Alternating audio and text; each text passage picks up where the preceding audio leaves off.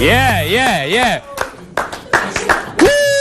C'est magnifique, c'est tout simplement magnifique. Toujours, il continue de faire ses preuves à travers sa voix, sa belle musique, bien sûr. Pape Diouf, leader de la génération consciente, avec 18 ans d'expérience. Commencé côté Lemzo Jamono, on se souvient 2000 mu génne Yeewu Leen waaye ñu xuus tuuti mu indi li nga xamantene moom mooy live bi nga xamantene amoon na foofu ca bidéo.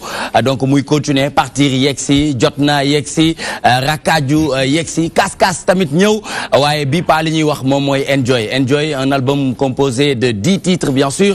Extrait de cet album moom lañ doon déglu muy Dignité. Donc Dignité muy loo xamantene dañ ko war a fekk ci bépp doomu aadama. Donc Pape Diouf ñu ràññee ko bu baax ci lépp li nga xamantene rek de engagement ak détermination ci li nga xamantene moom mooy société africaine en général. Il est en même temps ambassadeur des handicaps. Donc tey mu ñëw ngir ñu waxtaanee li nga xamantene moom mooy album bi. Samedi mu defoon séance d'écoute foofu ci benn hôtel de la Place def ci lu am solo waxtaan ak presse bi. Remercier également ñi nga xamantene ñoom ñooy ànd ak moom di liggéey ak moom lu ci mel ni label Prince Art ak ñi nga xamantene ñoo ngi ànd ak moom boobu ba tey. Donc Pape Diouf album baa ngi noonu ñu ci gis mbalax bu neex mbalax bu intelligent. Donc tey dinañu waxtaan ak moom bu baax a baax. Il fait notre fierté muy suñu mag di suñu xarit waaye tamit di koo xamantene mu porter drapeau Sénégal un peu partout à travers le monde parce que xam nañu ne ca biddéew ca gaal gi ba Doc Pullman ba li nga xamantene moom mooy Grand Théâtre di waxee ñu ne ba mu lëndamee course yaa xuus ba sa rakk tey xaj si. Donc tey ñu lay dalal ci toi-même tu sais la magie de toutes les télévisions sénégalaises mais Dignité mais bi doy na waar waaw mais merci Nicolas. Félicitations encore. Merci encore, merci beaucoup, merci. Qualité musicale ba tey ñu ci retrouver Pape Diouf parce que xam nga li am solo Alaaji Sall Bigué moom mooy identité nit joué nga déglu instrument yi rek xam ne ki ci nar a teg baat moom mooy diw. Donc moom dafa am identité ci musique bi nga xamante ne moom lay def à travers li nga xamante ne moom lañ yàgg jox ci ay thèmes d'actualité yu am solo Alaaji Sall. waaw Nicolas nga wax lu am solo xam nga nit autorail bu jubee gaar rek dafay corne. ba ñëpp xam ne yegsi na. waaw yegsi na waaw. moom chance boobu yàlla sunu borom defal na ko. boo déggee musique am di nga xam ne Pape Diouf mooy ñëw. dëgg la te loolu nag loolu la ñu soxla ci métier. ni ma koy waxee toujours métier ak sax xamee lu ci mokkul da ngay sonal sa bopp. day sonal borom métier day mokk. te li may wax toujours rek moom dafa mbappat parce que boo mbappatee jaar ci yu bari da ngay dem ba loo miin yàpp ko. Pape léeg-léeg damay toogum yàgg sama kër di ko déglu dama naan Pape dafa jekku woy parce que daf ko miin. dafa dem ba fi ne daf ko jekku macha allah.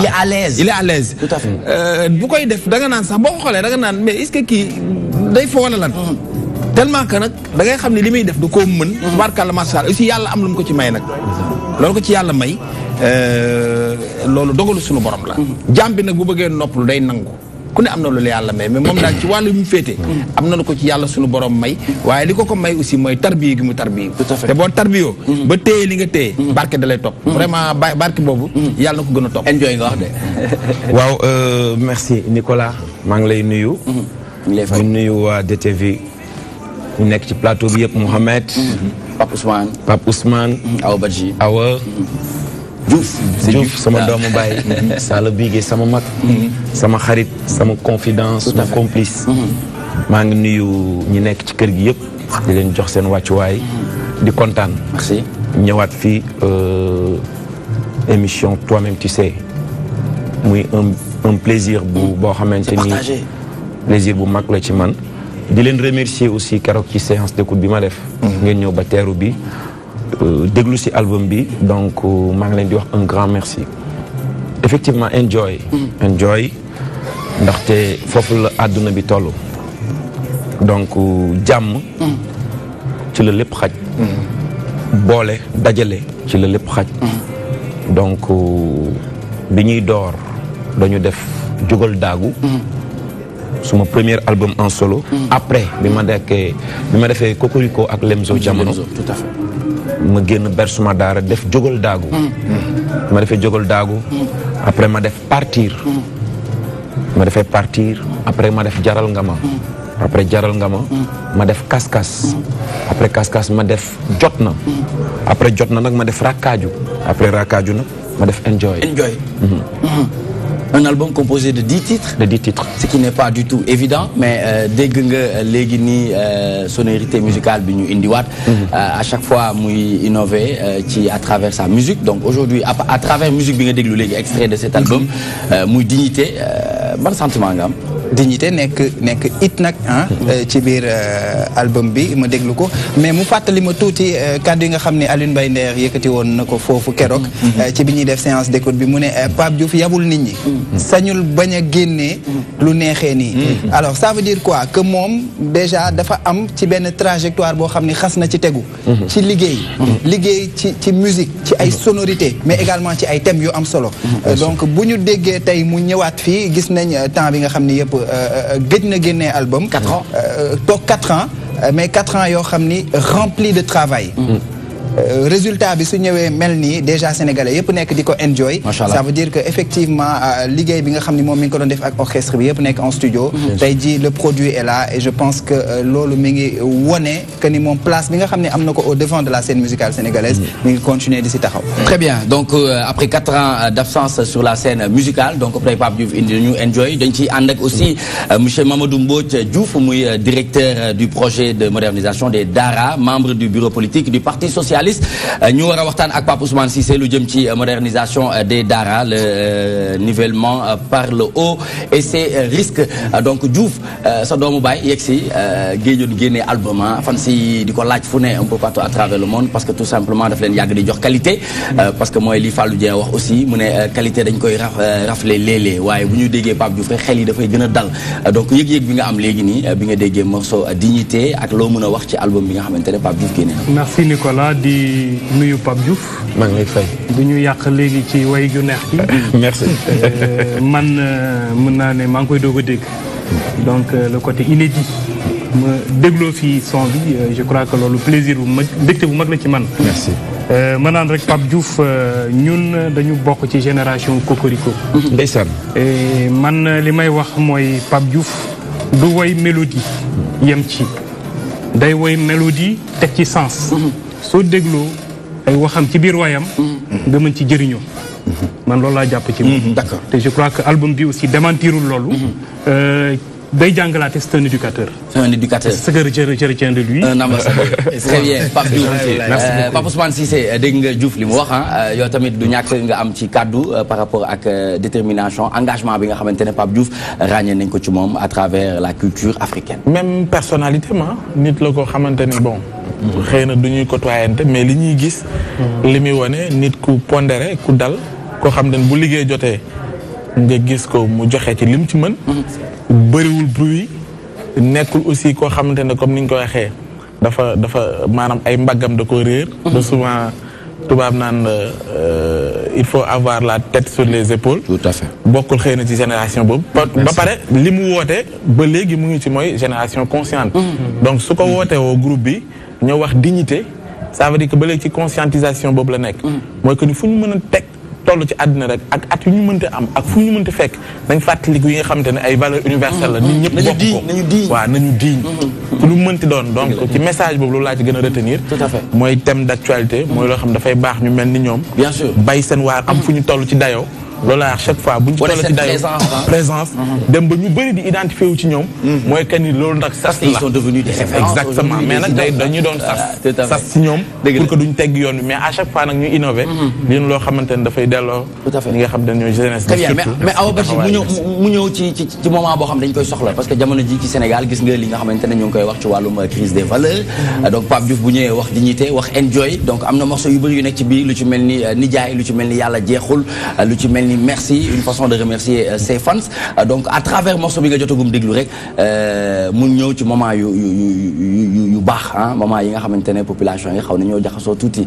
yan kàddu nga ciy yëkkati li ma ciy wax rek mooy que comme ni nga ko waxee rek moment boo xam ne la ñu ngi ko doon xaar parce que comme que léegi nit ñi mun naa ne jikko yi dafa changé nu ñu meloon bu njëkk ba léegi melatuñu noonu kon moom bu ñëwee di wax dignité di fàttali nit ñi dañu war a am dignité xam fi nga jëm xam fi nga war a teg teg say tànk loolu dañ koy nangu xam ko doon ko te moom mu nekk ci yoon boobu mu nekk nit koo xam ne kenn du ko dégg si ñàkk fayda nit koo xam ne kenn du dégg Pape Diouf def na li wala chaque jour mi ngi liggéey te saa su génnee lu mu mënti génnee rek dafay def tabaat nit ñi dañ koy déglu te dañuy yàqam ci moom muy génnee li muy def ndax li muy def naam sax musique bi am na rythme neex na mais tamit message bi nekk ci biir c'est plus important. Awa Badji dinañu ànd ak moom ci 14 millions de problèmes comme ni mu koy tàmm di defee mercredi bu jot mu war a waxtaan ci accueil et prise en charge dans les hôpitaux la migraine des malades donc muy jafe-jafe boo xamante ne ñu ngi koy tàmm di waxtaanee donc loolu yëpp dinañ ko yaatal ànd ak Awa Badji parce que bu leen fàttali aussi ne Pape Diouf ambassadeur des handicap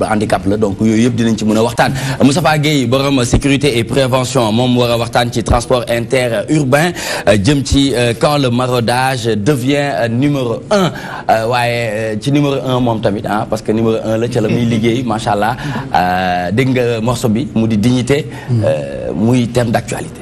waaw loolu moom c'est pas surprenant ci Pape Diouf parce que ku xool carrière bi mu am boobu ba léegi wàccul day yéeg donc muy nekk lu constant ci wàllu musique ci wàllu comportement aussi muy koo xamante ne référence la parce que carrière bi mu am boobu ba léegi mosoo ko dégg ci benn frasque vraiment muy loo xamante ne lu rare la ci milieu showbiz kenn musul dégg Pape Diouf ci scandale kenn musu ko dégg ci lu ñaaw donc muy koo xamante ne ku ñu war a naw la mais aussi une fierté nationale parce que damay mës a déglu RFI couleur tropicale ma dégg Claudiciar di ko tudd di wax naan un jeune talent sénégalais du nom de Pape Diouf qui a initié la génération consciente ma am ci fierté lool mu nekk loo xamante ne dafa wër àdduna donc loolu noonu vraiment kontaan naa ci te nekk na fierté te wax dëgg yàlla maa ngi koy njukkale di ko sargale encore une fois. Très bien Moustapha Gueye donc dinañ waxtaan ak moom ci kanam tuuti incha allah waaye muy waajal lu mag mu di Bercy en octobre 2018 incha allah ñu ñaan sunu borom yóbbu ñu ci jàmm mais aujourd'hui l'orientation de cet album parce que xam nañ ne yéen nga album 10 titres toog 4 ans yoo xamante ne gars yi ñu ngi ko doon laaj waa Pape affaire yi ñu ngi ciy basé wu rek ci live yi ngay def donc ñu bëggoon ñu dem ci orientation ak arrangement musical ndax thème yi ngi ci abordé dafa am solo lool. waaw li waral loolu mooy calendrier bu xaw a chargé tuuti parce que ñun am nañ feuille de route quoi feuille de route bi mooy bu ñu duggee studio rek ñu ne nangami weer album bi dina génn. avant nangami weer yooyu suñu partenaires yi nga xam ne ils ont l'habitude de travailler avec nous muy les galas les contrats soirées yi nga xamante ni association yi la.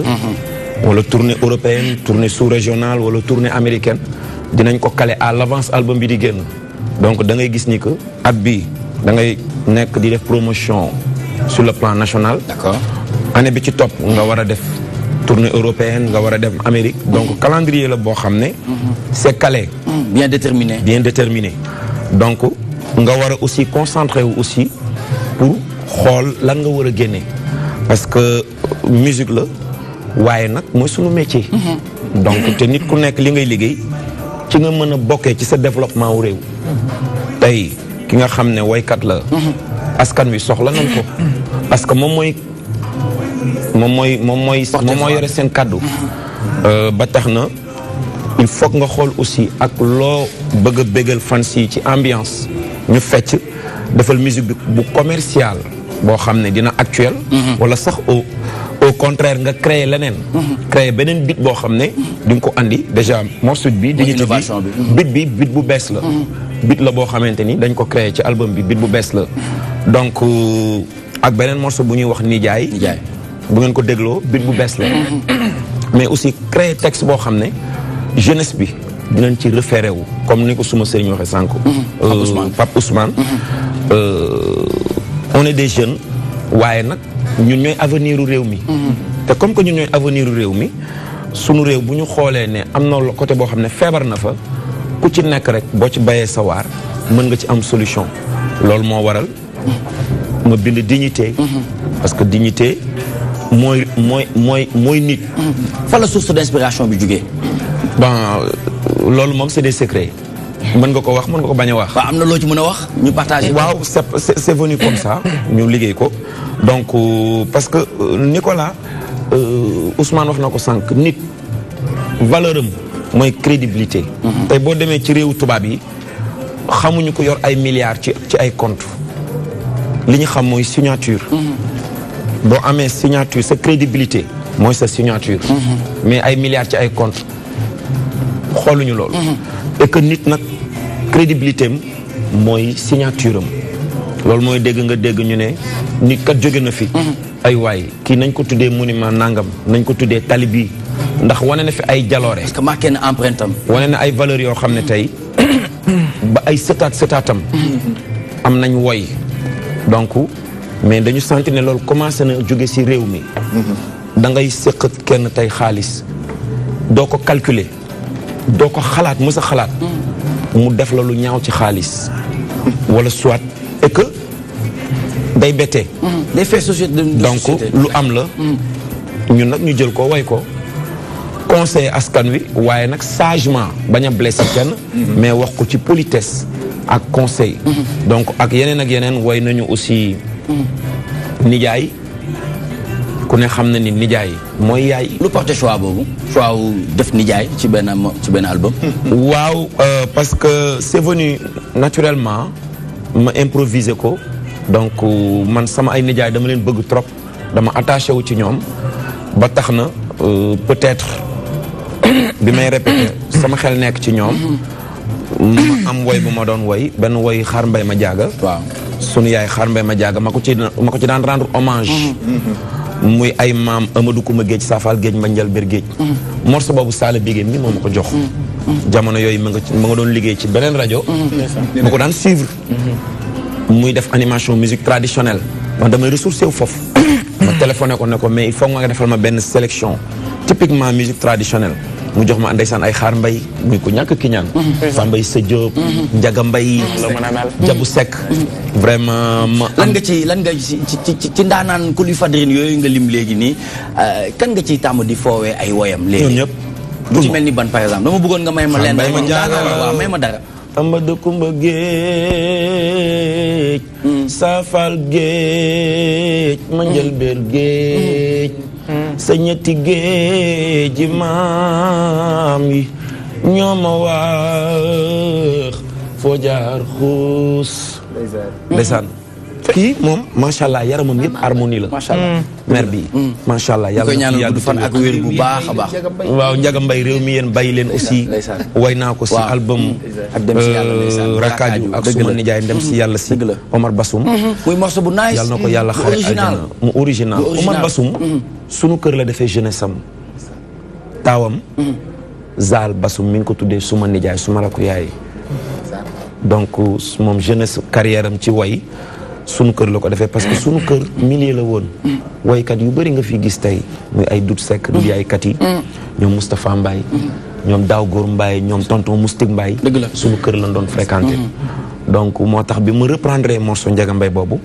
ma ne non il faut ma def ko featuring ak suma tonton Omar Bassoum yàlla na ko yàlla ci invité amiin yaa rabbal aalamiin amiin mais album bi ma déglu ay extraits yu bëri ci séance d'écoute bi ci samedi mais musique bi man dama naan kan moo mixé parce que gisaguma pochette pour lire en général mix arrangement parce que mixage morceau yi dafay yegg ci xol waaw musique de qualité la Ibrahima Ndour moo arrangé mook Njaga ñoo mixé parce que on travaille en famille d'accord su ñu nekkee ci projet ñëpp ñoo ciy sóobu muy Prince Art di Génération Consciente du Futur Média kër gi benn la ku ci nekk rek di nga yokk ci xar mi karaw bien sûr parce que l'union fait la force absolument donc loolu mooy waral d'accord bu ñu songee projet rek suñu borom defal nu ci xéewal ñu daan ko ci kàttanu yàlla. Très bien, on y reviendra tout à l'heure toujours avec le leader de la Génération Consciente, muy l'incontournable de la musique sénégalaise après 4 ans d'absence sur la scène musicale.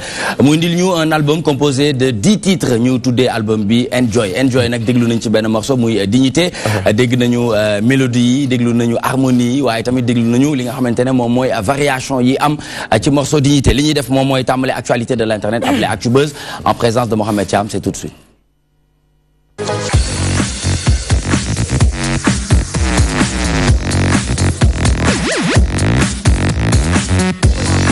Très bien, si on se réfère à Seneweb, parrainage, président Macky Sall suspecté de vouloir invalider des candidatures. mu nekk loo xam ni mooy def l'actualité réforme yi nga xam ni bëgg nañ ko andi ci constitution mais également ci code électoral bi nekk projet de loi boo xam ni gouvernement Macky Sall proposé na ko Ismaïla Madior Fall mi nga xam ni mooy ministre de la justice war a dem jàkkaarloo ak parlementaires yi waxtaanee ko loolu nekk loo xam ni nag créé na ay réactions aussitôt parce que on se rappelle que réforme bu mel ni Abdoulaye Wade proposé woon na ko bi mu nekkee ci nguur gi mu créé woon benn mouvement bu bëri ba bokkoon na ci li nga xam ni moo déclenché woon jug bi ñu jug pour jëlee fi libéraux yi donc tey ji ñu proposé ko opposition bi jàpp ni Macky Sall li mu jublu si lii mooy tout simplement éliminer ay potentiels candidats yoo xam ni mën nañ taxaw ci kanamam ci élection présidentielle bi ñu jëm parce que parrainage bi pour nit ñi mën a comprendre li muy tekki mooy ni dañ leen di laaj ay signature ci ay partis constitués 1 sur 10 donc muy équivalent de à peu près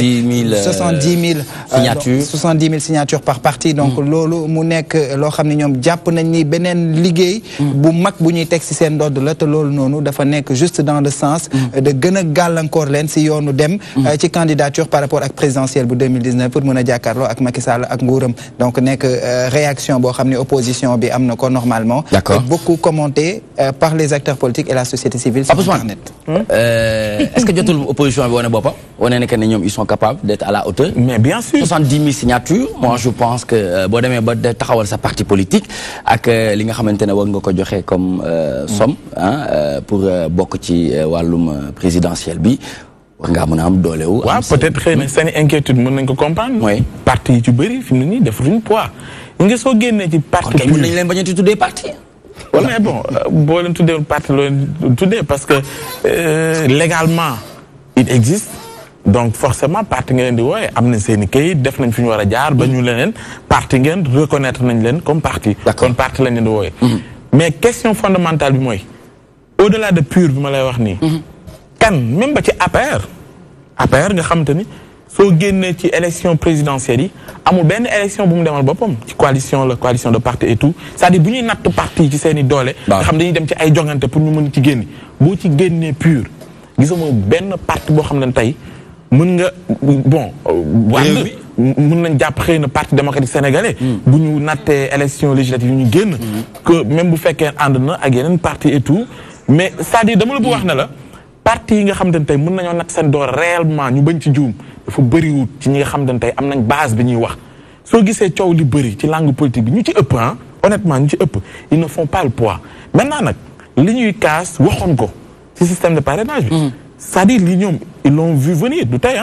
moo xam ci non aligné yi moo xam ci opposition parce que jàpp nañ ne kii mais pour man 10 000 signatures quand même parti boo xamante ne da nga bëgg jël réew mi xanaa kay bu xëy na li ñuy ñaawlu mooy concertation war na aboutir à ce que ñu am yenn consensus fort yi avant que muy doon projet de loi wala boog ñu koy soumettre ñu koy voter bu génnee ci loolu moom man jàpp naa ni parti boo xamante ne jàpp nga ni sérieux nga que am nga base te parti ni ñu ko xamee mooy conquête du pouvoir war nga mun quand même am au moins bu mu gàtt 70 000 signatures mu ëpp ko su fekkee ne mënoo fa yegg mooy que ni yaa ngi douter ci say force say capacités et loolu dafa valable ci ay partis yu bëri très bien monsieur Diouf en tant que nga bokk ci membre du bureau politique du parti socialiste noo jàngatee nouvelle bii nii parce que gis nañ ne opposition bi nekk ci à l'aise yow nga bokk ci Benno Bokk Yaakaar cette stratégie ñu bëri dañuy jàpp ne c'est une façon d'éliminer certains partis yow ban jàngat nga ci def xanaa di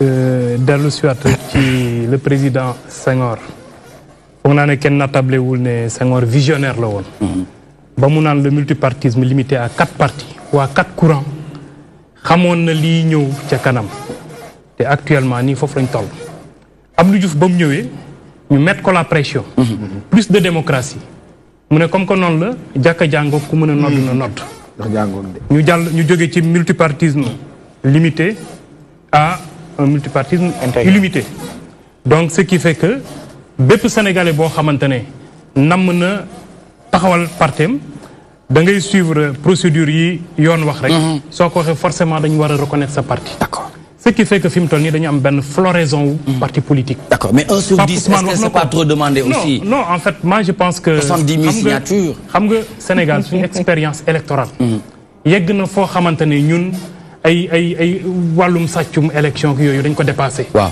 ñun li ñu bëgg mooy conforter nos procédures nos modes de vote mode d'élection xam nga suñ demee ba pour nga def pour nga wooteloo Sénégalais yëpp foog nga def ci ñaari fan ba ñetti fan ba juróomi fan ndax candidature yu bari foog naa ne su boobaa vote bi dina soof mais looloo tax nguur gi nga xamante ne moom lañ ci teg moom la fi Sénégalais yi teg. D'accord. C'est tout à fait normal que au fur et à mesure. Très bien. ñoom ñuy xalaataat de nouvelles procédures.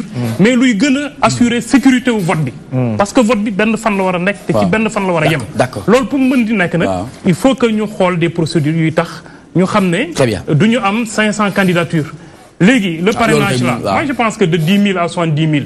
un parti dignement constitué et légalement constitué. mais y a pas photo. joxe 70 000 signatures. 10 000 à 70 000. non moi je pense que.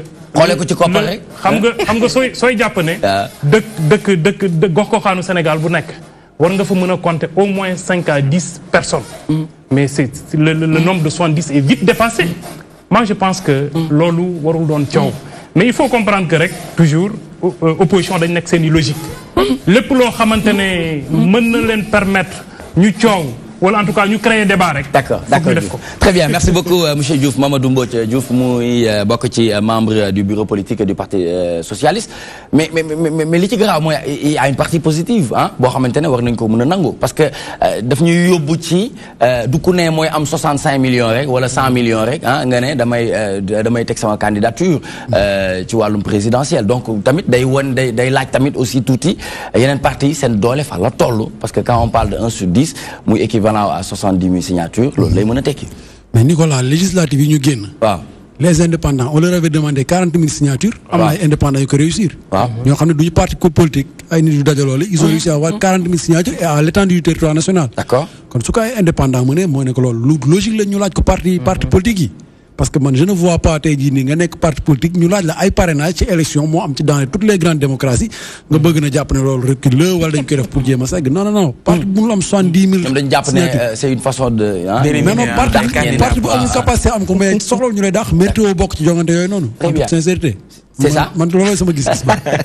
Très bien Alaaji Sall gis nga actualité bi ba jàngat nga ciy def. bon jàngat bi mooy c'est normal ah. parce que li monsieur Diouf waxoon sànq. Abdou Diouf mu naa ne moo ñu tooñ bi mu ne jàkki-jàng ko mën na noonu rek. waaw parce que ñu bëri boobu jàngat bi mooy manque de fuite de responsabilité. voilà dañu dem après ay parti télécentre amoon na fi. yooyu parce que réew mi dañuy fàttali mais fàtte yàggu fi. déedéet dafa yàggu am na fi parti yoo xam ne ñu baal ma du parti quoi. dañuy yokk nit ñi xalaat rek. loolu moo tax ma laaj Pape Ousmane. waaw xanaa ñoom dañuy yokk nit ñi xalaat sonal nit ñi. c'est bien beau ah 70 000 signatures boo ko mënul am c'est pas la peine nga def parti. li ma wax rek ay parti fi nekk ak ay bougement ci courant mouvement. danoo sonn ci yooyu parti la ñuy wax.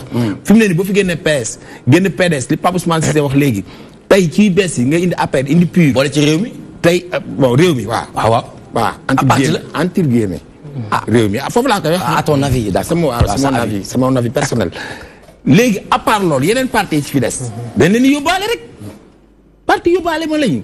léegi nag nit ñi ñoo dem ba Sénégalais ñoo toll foo xam ne imagine toi te législative 47 listes. xoolal keroog nit ñi da ngay gis mag moo xam ne pour mu voter def tour bi sax c'est tout à fait problème. léegi pour ñu dimbali askan wi. c'est bien beau du da ngay am 65 millions rek ñëw bëgg a nekk président. Petit Mbaye. élection 2012. 2012 la 2012 ou 2008 c'est pas. 2007 bëggoon na fi nekk président. 2007 waaw. accordé luñ ko Youssou Ndour la même chose. parce que da ngay am xaalis yi damay nekk président. D'accord. léegi ne lii mesure d'accompagnement yi. askan wee ko soxla. il faut nga am 70 000 signatures ñu xam ne yow mii yaa ngi peser dara ci réew mi ñu jox la parce que c'est normal ah. mais nag ki la compte boo dee sangu ci piscine sax mu la yaa ngi may pëndal. yaa ngi may pëndal Pape Diouf ba jàngat nga ci am leader. je pense que réew moom. nee na gars yi boo leen amul 70 000 signatures doo leen dem élection présidentielle. waaw je pense que aussi ci benn côté logique na. parce que réew aussi proposition la rek tout le temps réew noonu lay doxee. démocratie aussi mooy gis naa lii kii ne d'accord na kii ne d'accorduma. mais nous les Sénégalais ñun ku ci nekk léegi am nga benn expérience boo xam ne sa intérêt réew da nga koy xam quoi donc comme ni ko Sall waxee. donc je pense que même bu dul dara sax personne troisième âge yi. nga xamante ni finalement dañuy décourager ne dootuñu dem voter. parce que aussi day metti. xoolal élection législative yi ñu génn. il y avait beaucoup de bulletins. 47. franchement mu metti woon trop quoi. donc je pense que c'est une bonne idée. C'est une bonne idée. C'est une bonne idée. Ouais. Très bien. Donc dit par le leader de la génération consciente. Boy centenaire Gibraltar. Gars loo ci gis ñu ànd ci loolu wala ñu bañ cee ànd. non mais Nicolas boo wóoloo sa bopp doo coow. yow xam peese nga sa bopp xam nga sa poids jarul paas. fii daa bëri ay parti taf yëngal. parti yoo xam ne parti taf yëngal wala parti télésan comme ni ko sama papa ji di wooye mais bu ñu defee nii ku nekk dina natt boppam xam ne kat man war naa mën a dem si élection présidentielle war a mun a. mais lu tax attendre jusqu'à ce moment. lu tax bàyyi ba moment bii nii. waaw c'est vrai. loolu la xam nga pouvoir ak opposition ñoo mel noonu. parce que pouvoir chaque fois yow da ngay jéem a def loo xam ne moo lay arrangé. mais opposition bi tamit yow chaque fois da boo gisee kii nekk au pouvoir def na li yow tamit da nga ciy jéem a xajamal. pour mën a yow fësal sa bopp. waaye tamit quoi qu'on dise même bu fekkee ci moment bii la wala du ci waxtu bi tamit lii moom c'est une bonne idée ñi faqatal fi parti yi nga xam ne ay ñuy sonal ay mouvement lañ. jërëjëf merci beaucoup Awa Badji une pierre deux coups pour yéen ñaar la question mooy waa léegi opposition bu ñu leen waxoon léegi dañuy dem def primaire comme les États-Unis par exemple kon opposition bi nu muy def Pape Ousmane après Mohamed Tej. non c'est-à-dire moom laa wax consolidation ay démocratie wala li ñuy wax ni parti maanaam bu ñu taxawalee instauré parti ci réew il faut ñu xam la ñooy vocation parti ak li ñuy xaar ci moom. gis nga comme ni nga ko waxee sànq démocratie yu mag yi ñoom réglé leen question yi bu yàgg. mais ñun le malheur est que def nañ fi ay assises. yoo xam président Macky Sall. àndoon na ci gisoon na ko xam ne liggéey bu am solo la parce que liggéey boobu xam nga pour nga xam ne solo bi mooy. composante yi taxaw xel li. c'est-à-dire du parti politique yëpp société civile mu ngi ci ñi seen xam-xam màcc tëgg ne lii bu ñu ko doxal ci Sénégal ay question de parrainage yi ñu wax ne ay yu bëri dañ koy dindi mooy ni nit du doon njiitu réew. doon na njiitu parti. xam nga yooyu dañ ko réglé woon. mais bu ñu ñëwaatee dañuy indiwaat ci lii. mooy que ne ba léegi li ñuy coow dafay bëri. te dañ ñuy dig. cette maturité de la démocratie mu ngi yàq ba léegi. da nga gis candidat yoo xam te ne man maa la ko wax Nicolas. da waxoon naa leen ko fi. ci élection présidentielle. da nga gis ku la dig même chose que ñi fi newoon li ñu la dig.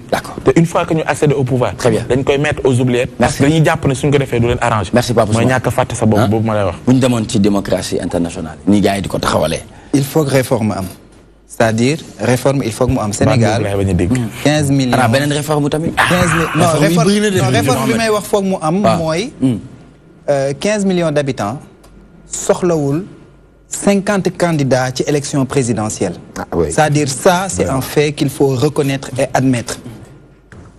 loolu dafa nekk loo xam ni ci dëgëral suñu démocratie il faut que ñuy éviter di disperser wu ci am naa xaalis damay nekk candidat wala. am naa benn daraja wala benn relationnel dama war a nekk candidat dama war a nekk njiitu réew réforme boobu il faut que mu am loolu c'est un socle pour notre démocratie maintenant conditions yi nga xam ni moo koy enveloppé de telle sorte que dañ koy def sans bafouer suñu constitution et que muy mën a permettre citoyenneté di am aussi bien ci ñi nga xam ne ñooy gouvernants yi d'abord mais également ci ñi nga xam ne ñoom la ñu gouverner te loolu noonu bu ñu jëlee initiative proposé lu mel nii il faudrait effectivement que ñi nga xam ne ñoo nekk ci nguur gi ak ñi nekk ci opposition bi mën ci waxtaan de façon objective pour arriver à un consensus. Maintenant en 30 secondes s'il vous plaît monsieur Diouf pourquoi attendre jusqu'à ce moment pour mën a indi loolu noonu indi système parrainage bi 1 sur 10 dem 70 000 signatures donc pourquoi le moment mais je crois que très rapidement rek s'il vous plaît opinion bi de manière générale moom moo doon naan mënuñu toog 12 mois sur 12 di politique donc dafa am un temps pour la gestion du pays am un temps pour s'occuper des questions électorales te loolu mënuñu ko def lu dul à la veille d'une élection présidentielle ou locale. Très bien. Moi je crois que c'est le contexte qui s'y prête. moo tax question boobu ñu posé ko. su ko état bi waxuloon su ko majorité bi waxuloon opposition bi indi ko sur la table. D'accord. ma dellu soit ci li ma waxoon rek majorité bi nga jaar fii ñu indi la lële nga indi leen lii ñu indi la lële. wax lañ bëgg parce que ñu bëgg ñu dégg leen. su fekkoon ne du woon les parrainages là dañu seeti leneen ñëw teg ko sur la table. jërëjëf merci beaucoup monsieur Diouf il est temps Pape Ousmane ñu waxtaanee lu jëm ci modernisation des daara le nivellement par le haut et ses risques. bëggoon nañ nga wax ñu idée bi fan la bàyyee ko pourquoi cette nécessité de vouloir moderniser suñu daara yi nga xamante ne bu ñuy fàttaliku mu daara yooyu ñoo fi jiite école yi ñu xam école nasaraan si. nga xam ni produire na ay kilifa yu mag. yoo xam ne fu tuddee ci àddina bi nit ñi nawloo leen ci daara la ñu nekk. ñoo jur turux yi moo xam confrérie yu mel noonu doon suñu sookul bañ leen di wooye ay suufi. pourquoi volonté boobu noonu ak fan la bàyyeekoo idée boobu noonu pour moderniser suñu daara yooyu noonu. merci Pape Ousmane man foog naa ne le Sénégal kenn reetu ko mbir c'est un pays à 95% de musulmans soo jëlee téeméeri Sénégal yi yoo jàpp ñeent fukk ak foog naa noonu lañ koy waxee ñeent fukk ak juróom yi ay jullit lañ juróom yi ñoom ñoo nekkul jullit. D'accord. donc loolu rek déjà mën na justifier le fait que njàngum alxuraan am fi doole. waaw te li may fàttali rek mooy école arabe yi daara yi ñoom ñooy fi jiitu école française bi. leneen li ma ciy dolli. mooy effectivement personnalité yu bëri kilifa diine yu bëri alxuraan bi lañ jàngee ba doon li ñu doon actuellement. nekk de haute personnalité. loolu kenn war na teetu ko mais nag à côté de ça da ngay jàpp ne ñooñu nga xam ne ñoom ñooy choisir dem jàngi ci daara yi. waaw c'est-à-dire seen i waajur namm ñu tàggat leen ci daara yi c'est-à-dire alxuraan jiitu seen i dënn. ñooñu dañu nekkoon à la marge parce que njàngum daara secteur informel la woon. xam nga soo tànnee sa école sa doom nga war ko yóbbu école française da ngay ñëw élève day ñëw dugg ci classe am ay table banc am ay fonctionnaires yu koy jàngal. loolu yëpp état moo leen jël en charge. loolu moo amul woon ci daara parce que dafa amoon ay barrières yoo xamante ne ñoo fi nekkoon des barrières sociologiques yu permettre woon état bi dugal loxoom ci njàngum daara yi. mais ñuy dem ba jamono di évoluer ba acteuru daara bi ci seen bopp xam ne nit ki du xale bu ndaw bi nga yóbbu ko ci biir daara yi mu jàng ba pare amul beneen option ci àddunaam lu dul dem jàngale ji wala dem dooni sëriñ donc ci lañ xamee ne am na lu des. te comme éducation droit la pour enfant wu Sénégal pour xale wu ndawu sénégalais bu nekk. parent bi am liberté choisir type éducation bi mu bëgg pour doomam.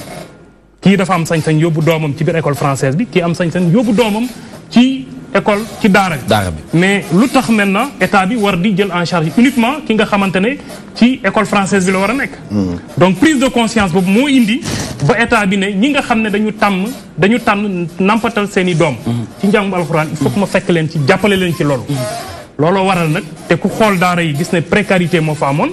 ci conditions yi difficile lañ doon jàngee muy wàllum environnement bi mais même ci wàllum débouché yi da ngay jàng daara def 4 ans 5 ans 8 ans ba 10 ans ci biir daara yi soo génnee mënoo doon journaliste mënoo doon magistrat mënoo doon avocat mënoo doon leneen lu dul enseignant ci biir daara wala Alaaji naka nga gisee stratégie bi ñu mettre en place parce que comme ni ñu koy tàmm di waxee rek jiitu ci sa doom balaa ñuy jiitu ci moom loolu defe naa ne boo koy wax lu ci ëpp alxuraanul karim moom moo koy lal parce que état bi matuwaay yi ñu war a jël yonent bi sallallahu alayhi wa sallam moo ko wax ci benn hadis moo ne xayrukum man ta'allama alxuraan wa 'allamahu ki gën ci yéen mooy ki jàng alxuraan ti ko jàngale léegi bu ñu ñëwee ci 21e siècle pratiquement da ngay généraliser ni ki gën ci yéen mooy ki jàng te di jàngale parce que toujours dafa juf la wax léegi lu am solo man bi may jàng arabe en 1976 may am suma certificat arabe boobu man 1976 la am certificat arabe bi moo koy am boobu ñun xalaatuñu ni war naa mën a nekk docteur wala war naa mën a nekk nu mu tuddati avocat wala ma nekk journaliste ñun li ñu doon calculer rek dem Caire dem jàngi boo ñëwee nekk arabisant ubbi école da ak kii ñun foofu rek la ñu canaliser woon d'accord donc bi ñu demee ba benn moment sama jàng ma ni non man léegi comme amoon solution pour mën a dem Caire parce que mënu moon sori sumay parents bu xale laa ma dem jàngi métier menuisier ébéniste donc bi ci des nag mooy lan léegi nag bu ñu tàggataatee ndaw ñi ba jamono di ñëw léegi ki jóge ci daara arabe bi alxuraan bi ak ki jóge école français bi ñoom ñaar ñooy même pied d'égalité war ngaa mën a nekk fii avocat war nga fi mën a nekk li kii nekk kii war na ko mën a nekk man foofu laa gis mais bëggoon nañu aussi au delà de nga defal ñu historique bi ak nécessité bi ñu xam aussi source de financement yi naka fan lay bàyyeekoo pour que ñu mën a dugg aussi ci contenu bi xam parce que inquiétude yi ñenn ñi notamment ci yëngatu soulevé te xëy na xel mun na koo xaw a nangu bu fekkee mun naa ko fàttali mooy ni dañu gis ni comme école française bi nga wax état da ci teg loxo réglementé ko daara ji mun ci woon teg loxo te souvent bu ñuy xeex diine dañ koy jaarale foofu réew yi nga xamante ne ñu mel ni ñun dañ gëm suufi que ni bu état amee mainmise ci daara yooyu financement yi bàyyeekoo ci état idées yi bàyyeekoo ci état muy bàyyeekoo ci ñi nga xam ne dañu extérieur système bi notamment ci yenn réew di financé mooy que ni ñooy destiné seen bopp continue yi ñu fay jàngale et de facto bu continuer mooy dañuy teg seen loxo ci daara jooju est-ce que yu mel noonu aussi inquiétude yu ñuy nourrir lu ñu war a mën a bàyyee xel la ci projet yu mel nii. waaw foog naa ne en fait ni nga ko waxee rek noonu la. objectif bi mooy li tubaab naan diversification de l'offre éducative par les daara donc jël en compte ce besoin éducatif bañ ca demee nag ci la état Sénégal teg le processus de modernisation des daara ci biir processus boobu nag ci la projet bi juddu. projet bi état Sénégal ànd ceeg la banque islamique de développement. ñu financé ko pour un coût de 10 milliards 32 millions. état Sénégal di def 20% yi banque islamique de développement di def 80% yi mais ci biir projet bi dañu war a développer daara traditionnels yi. tabax ay daara yu bees yoo xam ne daara publique lay doon yu fonctionner comme école élémentaire. dañu war a développer daara traditionnels yi luñ ci dégg mooy que ni daara ba woon du soppeeku. daara bi en fait daara lay doon te base bi. mooy njàngaleem alxuraan. mais d'une manière tradie moderne. Bon en fait parce que soo ne modernité c'est pas uniquement ci biir njàngale bi.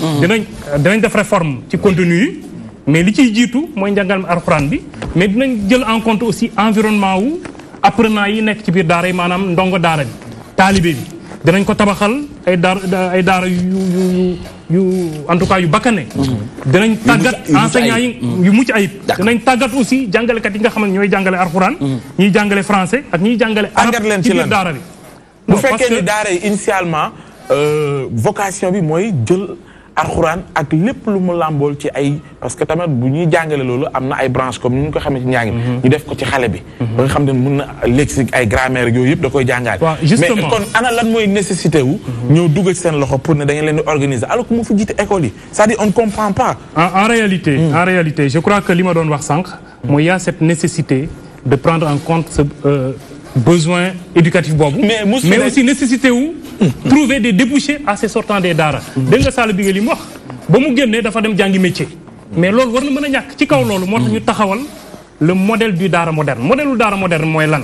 mooy dañ ne xale bi su duggee day dugg ci daara moderne bi à l'âge de 5 ans su duggee day def 3 ans ñetti pour mu jàng fa pendant juróom-ñetti at ci juróom-ñetti at yooyu ñetti at yi jiitu 5 ans yéexul juróomi at non may ma jeexal juróom-ñetti at laa wax ci lay moom mooy cycle bi 5 ans lay duggee ci biir daara moderne moom laa wax ñetti at yi nga xam ne moo jiitu alxuraan rek lay jàng mooy première partie wu kaamir bi moom lay mokkal su demee diggante ñeenteelu at bi ba juróomeelu at bi ci lay continuer ñaareelu xaaju alxuraan bi mais en même temps day jàngaale français ak jàngaale arabe français bi niveau CI la niveau CP niveau C1 ak arabe bi su demee ba def juróomi at ci biir daara moderne bi jàpp nañ ne wàcce na kaamir su wàccee kaamir day continuer gën a ñoŋal xam-xamam ci wàllum diine mais en même temps day continuer njàngum français bi def niveau CE2 CM1 ak CM2 en même temps arabe bi aussi da koy yóbbaale ce qui fait que moom su demee ba def 8 ans juróom-ñetti at ci biir daara ji dina fekk mu am fukki at ak ñett dina am même li ki nga xamante ne moromam bi nga xam dañ ko dugaloon école française bi muy am âge 7 ans su génnee ñoom ñooy tolloo niveau mais ñi leen di jàngal dinañ mën a may ma terminer dina mën a def entrée en sixième ak CFE comme ñoom te ñoom ñoo koy defandoo suñu paree moom dina am possibilité ñetti possibilité mooy mën a dem école collège d'enseignement moyen général bi dina mën a dem collège bilingue franco-arabe comme dina mën a dem aussi jàngi formation professionnelle su boobaa ndongo daara boobu li nga xamante ne ëppale na ko moromam bi nga xam ne moom moo jàng école française bi mooy wàcce na alxuraan ba pare pour ab jullit je crois que loolu am na solo te du tere su ko neexee mu continuer carrière am pour dooni médecin dooni docteur dooni magistrat dooni président de la république loolu mooy modèle ma terminé loolu mooy modèle u daara ci kaw lan ci kaw maintenant ñu tabax 64 daara moderne très bien 32 daara non public mooy daara cosaan yi ñu war leen moderniser ci kaw programme yi ma wax noonu ak fanweeri daara ak ñaar public yoo xam ne dañ leen di créer affecté fa ay fonctionnaires dañ leen di recruter ci ndongo daara yi la ñuy recruter yóbbu leen formation ñu doon ay fonctionnaires foofu laa bëgg a ñëw mooy ñi nga xamante ne ñoo leen di jàngal est-ce que de facto dañuy doon ay fonctionnaires yu ñuy fay ay salaire su ma ko laajee mooy ni gis nañ suñu école bi fi mu ne nii nërmeelu na jàngalekat yi ñu ngi laaj ñu ngi nangam est-ce que ñu nit duñu jort ni li ñuy présenté nii rafet na mais au fond bu ñu demee ñu am problème yooyu mooy ni jàngalekat yaa ngi gaar mooy ni moyens yi doyul patati patata indemnité yu mel noonu. on voudrait tamit ñu xam. naka lay demee foog nga dugg ci crise scolaire bi. je crois que wàllum daara la ñuy wax. te incha allah liñ ci nam yëpp mooy ñu am ci réussite bu mag. d'accord li ma mën a wax foofu mooy ñaari type lay doon dafa am pour daara publique yi comme ni ma ko waxee daara nguur gi lay doon foofu nguur gi mooy recruter par concours ay fonctionnaires yóbbu leen ci biir daara moderne yooyu muy ay sëriñ daara di fa jàngale alxuraan di ay maître de français ak ay maître d'arabe. d'accord mais su fekkee ne daara non publique yi la mooy daara cosaan yi nga xam ne ay nit a ko moom ñu war leen moderniser ñoom dañ leen sas ñoom ñu recruter ay bachelier laa wax te du doon ay jàngalekat yoo xam ne ma terminé du doon ay jàngalekat yoo xamante ne dañu nekkoon ci daara ba rek nekk fa di jàngale gratuitement ñii dañ leen di recruter utal leen salaire di leen fay te ci loolu état bi dina taxaw accompagner leen donc day doon ay enseignants yoo xam ne ñun ñoo leen di former am na déjà yu ñu ci former lu jotee téeméeri enseignants yoo xam ne former leen ci lan non former leen ci didactique des disciplines wàllum pédagogie psychologie de l'enfant mooy maanaam xam-xam bi nga xamante ne ñoom dinañ ko soxla pour mën a wasaare pour mën a jàngale ci biir daara yooyu d'accord donc loolu def nañ ko ba pare sinon ñoo ngi ci donc loolu mooy ñaari catégorie wu jàngalekat yi merci Diouf su booba mais ma fàttali ne aussi ñoo ngi former ay directeur de daara pour daara cosaan yooyu nga xam dañ leen war a moderniser ñoo ngi ci former waale aussi ay inspecteurs yoo xamante ne en arabe dañu leen di saytu di leen encadrer. D'accord Moustapha. Donc pour wan leen ne c'est un processus complexe. Question pour Moustapha s'il vous plaît. man au moment où ñu ñuy wax modernisation des daara ñoo constaté ne que talibé yi ñu ngi gën a bëri ci mbedd bi ñu bëggoon xam modernisation boobu noonu ban liggéey lay def ci retraite talibé yi ci mbedd mi ba dootuñu gisati talibé bu yelwaan parce que bu ngeen nee modernisation des daara mooy nekk xëy na xale yi duñu génnati ci daara yi di yelwaan yi mais su ngeen bëggee di moderniser di former enseignants yi am ay sites pour construire te boobu ba léegi talibé yi ñu ngi ci di yelwaan dafa mel ni donc liggéey bi dafa am côté boo xamante ne sooxe na fa ñu bëggoon xam lan mooy seen taxawaay si xale yi nga xam ne ñu ngi ci mbedd di taxawaal te bëri fi loolu mu metti ñëpp. Très bien. Merci Moustapha foog naa ne loolu projet bi bàyyiwul benn pàcc loolu ñoo ngi ci mais man li may wax toujours suñ ma waxee wàllum xale yi nekk ci biir mbedd mi. waaw projet bi objectif am du génne xale yi jëlee xale yi ci mbedd mi mais ñun c'est une approche globale. maanaam lépp la ñu songandoo. nekkul ne rek dañuy xool seppi xale yi yóbbu leen mais dañu ne su fekkee ne ndongo daara bi su ñu jàppee ne ndongo daara yooyu dañ leen di fekk ci mbedd mi. loolooy question bi. mais su fekkee ne am na ci ñi ñuy fekk ci mbedd mi te ñu nekk effectivement ne ci biir daara yi la ñuy génne di yelwaanu ji mais il faut ñu xool lan moo waral yelwaan boobu ñun su fekkee ne. est-ce que dañuy fay ban stratégie ngeen def pour mën a def diagnostic boobu dinaa ci ñëw su fekkee ne ci cadre modernisation boobu. ñun créé nañ toutes les conditions. pour que ndongo daara bi mën na di jàngee ci biir daara bi su dee internat wala externat. waaw loolu moom kenn waxatu ko loolu moom kenn waxatu ko mais du soxla mais fu mu toll nii li ñu lay wax mooy combat bi mooy maanaam ñi nekk ci mbedd bi oui. ñun dañu jàpp ne dem yelwaanu ji c'est un comportement boo xam ne c'est un contexte moo ko déterminé. on parle pas de ça. mais est-ce que projet bi dafay tenir en compte ñooñu nga xamante ne. ñi nekk ci mbedd bi oui. ñu jàpp ne jàng nañu mais xëy na yelwaan gi moo jël le dessus ci ñoom. te yéen modernisation des daara. moo leen tax a jóg waaw daara bi lañ génnee. est-ce que projet bi dafay tenir en compte xale yooyu. mais bien sûr jël leen yóbbu leen ci daara it boobaa est-ce que dañuy fay wala fayuñu.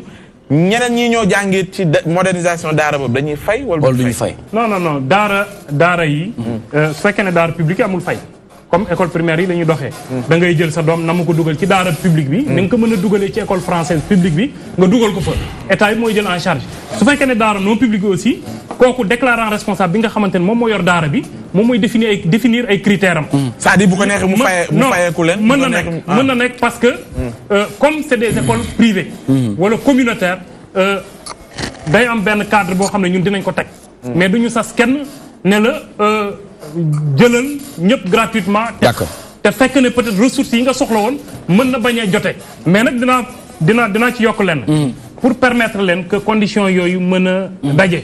c'est-à-dire que ndongo yi mën a nekk ci biir daara bi parce que actuellement nii ñi ñu moderniser. waaw ay daara yoo xamante ne dañu amoon ay ndongo ci biir. daanuñu woon fay.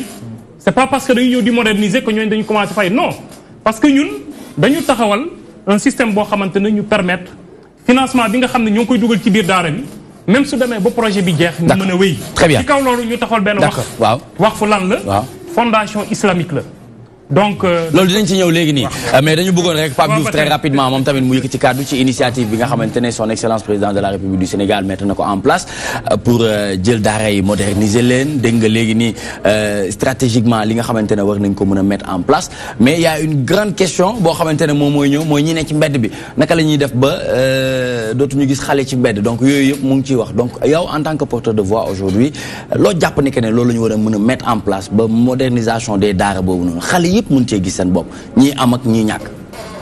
waaw je pense que ni aussi idée la parce que xam nga jamono day dox te jamono buy dox tu es obligé nga dox ànd ak moom bu njëkk boobu ak léegi bokkatul te comme ni ko suma doomu baay waxee ak saala da nga daan jàng alxuraan mais boo amee sa certificat sa xalaat moo nekkoon dem Égypte wala dem Mauritanie jàngi boo ñëwee da ngay nekk oustaz et que pour man loolu c'est limité parce que je pense que ni tey ku sacrifier sa carrière jàng wax dëgg yàlla pour nga réussir sa jàng nekk kilifa mën ci entretenir sa njaboot donc léegi nag discussion la rek parce que lépp loo gis ci àdduna rek pour man discussion la communication la parce que comme ni ko Diouf waxee nii lu logique la parce que lu wax bu logique boo ko déggee rek di nga xam ne lii c'est vraiment logique yenu na maanaa mais nag pour man dafa laaj communication bu mel nii communication boo xam ne sensibilisation boo xam ne day daj ku ko dégg rek vraiment ñu ne teg nañu programme boo xamante ni pour daara yi dañ ko bëgg a moderniser lii moo tax ñu bëgg ko moderniser et que bu ñu xoolee xam ne loolu kat intérêt réew mi la intérêt askan wi la mais dañuy adhérer beneen bi ci topp aussi mooy comme ni ko Pape Ousmane waxee par rapport ak ñooñu aussi daara yooyu nga xam ne bëgg nañ leen moderniser ñan ñoo leen di fay ak xaalis boobu fan lay jógee parce que bu fekkee ne xaalis la boo xamante ni par exemple fi muy jógee xamuñu ko donc ñooñu mën nañu monopoliser daara yi donc voilà njàngale mi donc yooyu yëpp c'est des choses yi nga xamante ni aussi soxla na leeral bien sûr et je pense que ni buñ ci waxtaanee rek solution dina am quoi. dina am ubbeeku daal. bien sûr. très bien merci beaucoup Mohamed Thiam. en tout cas pertinence projet bi c'est à saluer. parce que dafa ñëw sax ci période am nag. puisqu'on parle d'année sociale. donc année sociale boo koy wax occasion bu mel nii. dafay nekk occasion de taille pour que ñu mën a mettre en œuvre. loolu lépp li nga xam ne orientation la bu président Macky Sall joxe. jëm ci wàllu social boobu te social je pense que ku koy def ci couche yi gën a vulnérable ci société ngay commencer muy xale ak jigéen. donc xale yi yàgg nañ ci mbedd bi waykat yi way nañ ko. sportif yi kaas nañ ko porteur de voix yëpp ci àdduna bi ñi ngi koy wax. du phénomène dëkk bi rek mais fépp foo dem ci àdduna bi ñi ngi kaas loolu parce que xale place am voilà ñëpp loolu day sécuriser aussi xale yi quoi. tout à fait je pense que da leen di sécuriser. bu leen sécuriser rek ñu am fit. c'est ça voilà gis nga toujours dama ko fi gis nga jàng. d'accord jàng moo yor réew. moo yor réew. sama papa dafa na jàng leen. boo leen jàngee xam. bu ngeen xamee. am ku am man ku man tedd ku tedd tere say mbokk. donc jàng mooy base. nit ki da nga war a am njàng. sama benn membre saf xorom bi mu dugalee sama nijaay à français. ñun Ousmane de dugal na Alioune Seck ci école tubaab ba. ñoo sama maam di ko xam nga jamono yi boo dugg sa doom bu duggee français rek. bon xas la woon ndax boobu daara moo xew.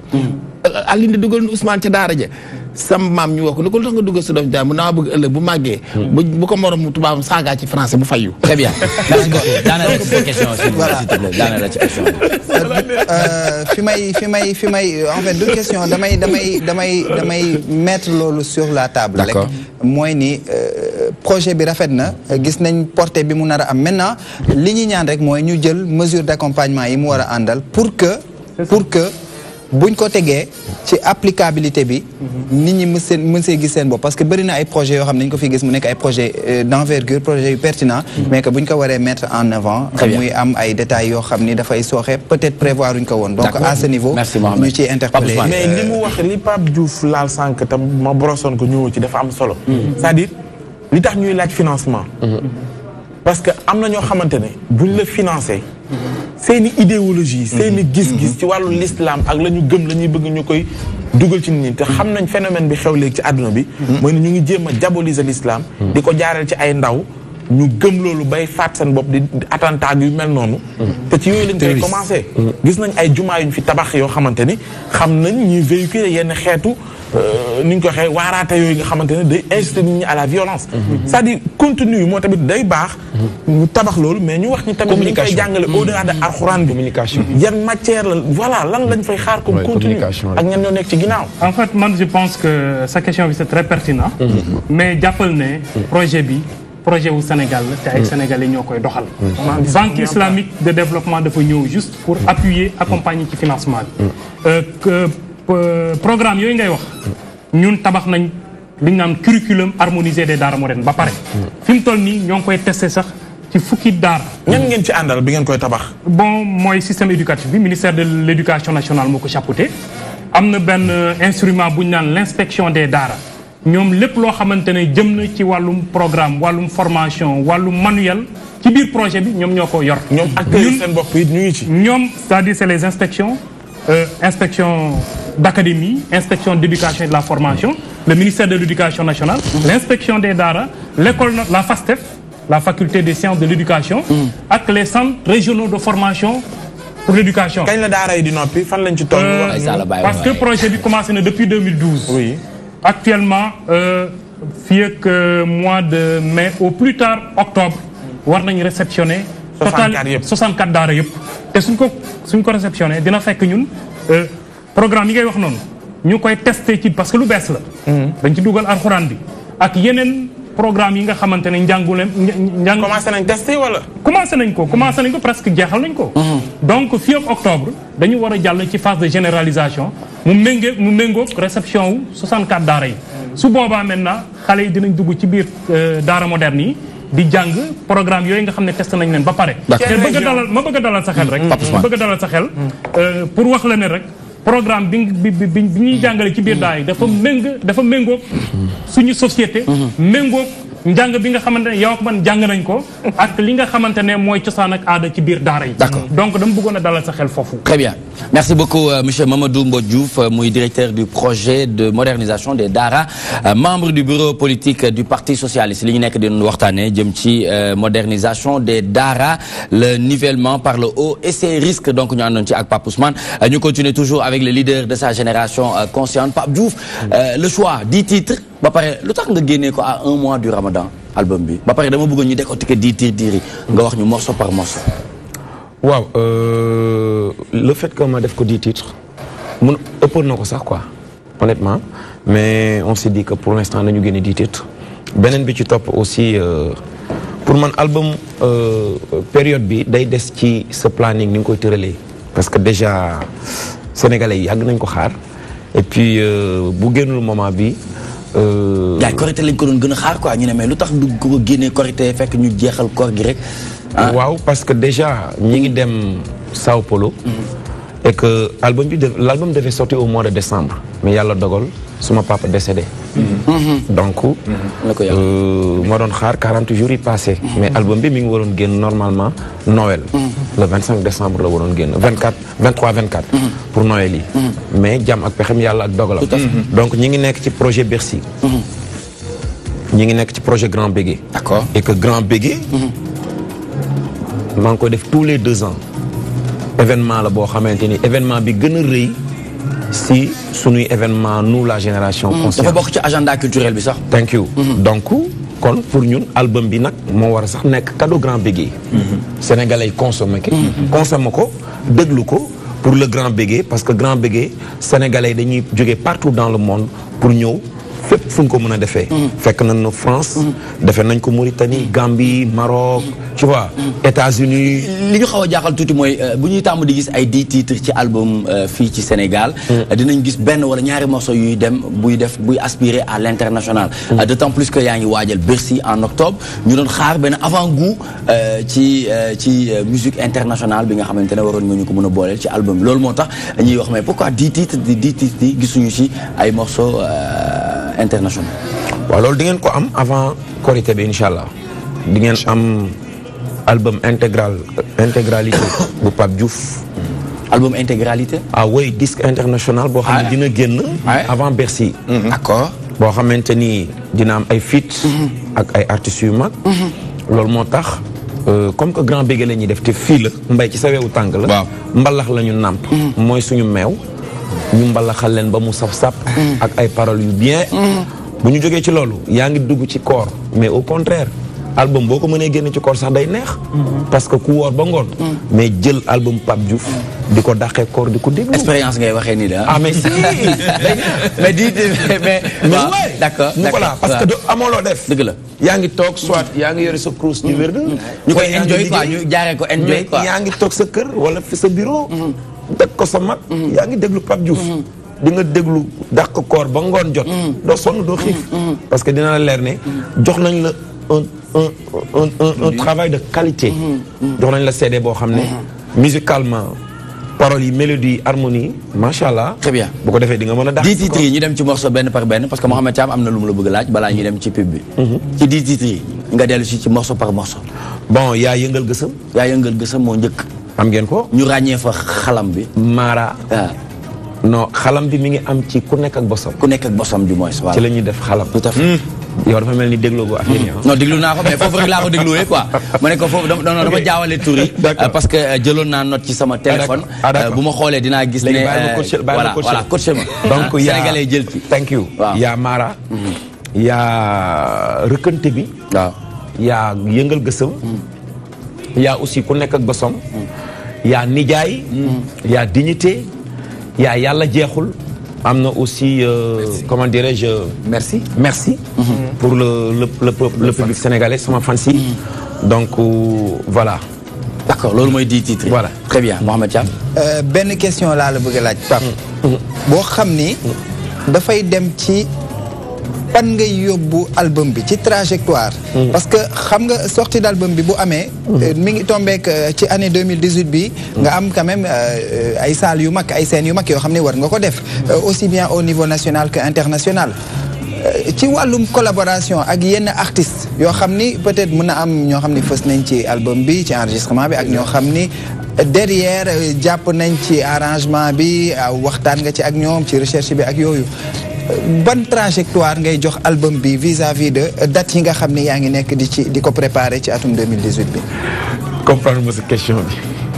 alors trajectoire bi laay changer laay traduire xam naa. trajectoire bi mooy album bi. ci ñu représenter ko. sur scène. par rapport ak date yi nga xam ne yaa ngi koy préparer ci atum 2018 bi. ci ban anam nga ciy demee par rapport ak promotion wu album bi par rapport ak scènes yi nga xam ne war nga ko jouer au niveau national et international. bon man yàlla dogal na album yi ma mës a def yëpp sama groupe moo ko joué. album yi ma mës a def yëpp sama groupe moo ko joué. ci collaboration yi moo ko arrangé. donc à moins que mu am ci benn instrument boo xam ne. bokk na ci boole nañ ko ci teg kooku bokkul ci sama groupe. donc bu ñuy def promotion album bi xam nga léegi musique dafa avancé. tey xalam son xalam mën nga ko sampler ci clavier. mu mel ni xalam. donc technologie bi dafa avancé du dëgg. donc yàlla dogal na album bu ma mës a def sama groupe ñoom ñoo ko joué. Ibrahima Ndour arrangé ko. assisté ko mixé ko donc bu ñuy déplacé aussi. noonu laay déplacé woo. ak groupe bi nga xam ne ñoo dugg studio enregistré album bi. donc du ma am benn. mais lan nga nar ak sénégalais boo doolee yeneen ñaari percussionniste lu ci mel ni Baye Demba Ndir ak Bakane Seck nga xamante ne sa doomu ndey la ànd bu yàgg la mais ñaari ñooñu nga dolli. ci orchestre bi loo nar ak sénégalais yi. waaw mais xanaa jox leen affaire yu neex rek parce que xam nga mbooloo mooy doole. et puis génération consciente léegi mën naa ne école la boo xamante ni tey nekkatul rek jouer bi mais symbiose bi dajaloo bi rencontre bi donc plaisir la boo xamante ni ku mel ni Baye Demba il est talentueux plaisir la ma jouer ak moom déjà ma gis ko sur scène muy jouer taasu vraiment def ambiance plaisir la ci man ku mel ni Bakane kooku kenn natable déedéet donc sama album yi ma mës a def yëpp suma carrière tey su ma demee ba nekk Prince Art c'est grâce à lui moo ma présenté Ibou Ndour ñuy liggéey ba tey donc album bu ma mës a génne moo ko tëgg bu mu jógee Lemzo ba moment bi lu ma mës a def rek moom moo ko tëgg. Machallah. Donc c'est un plaisir quoi. Très bien, un plaisir partagé. Donc album baa ngi noonu composé de 10 titres après 4 ans d'absence sur la scène musicale. Pape Diouf, leader de la génération consciente, indi leen album bu machallah bu jéggi dayo ci sonorité ci variation ci musicalement parlé nekk na album bu am valeur bu am qualité bu exceptionnel. Li ñuy def mooy ànd ak yow sur scène ban morceau nga ñuy dolli. bu leen neex. waaw mais nijaay wala yàlla jeexal. non bàyyi ma jox leen nijaay rek kon ñu dem def nijaay. Donc tout de suite on se retrouve après cette page de pub Nijaay avec Pape Diouf, extrait de ses nouvel album Enjoy, c'est maintenant.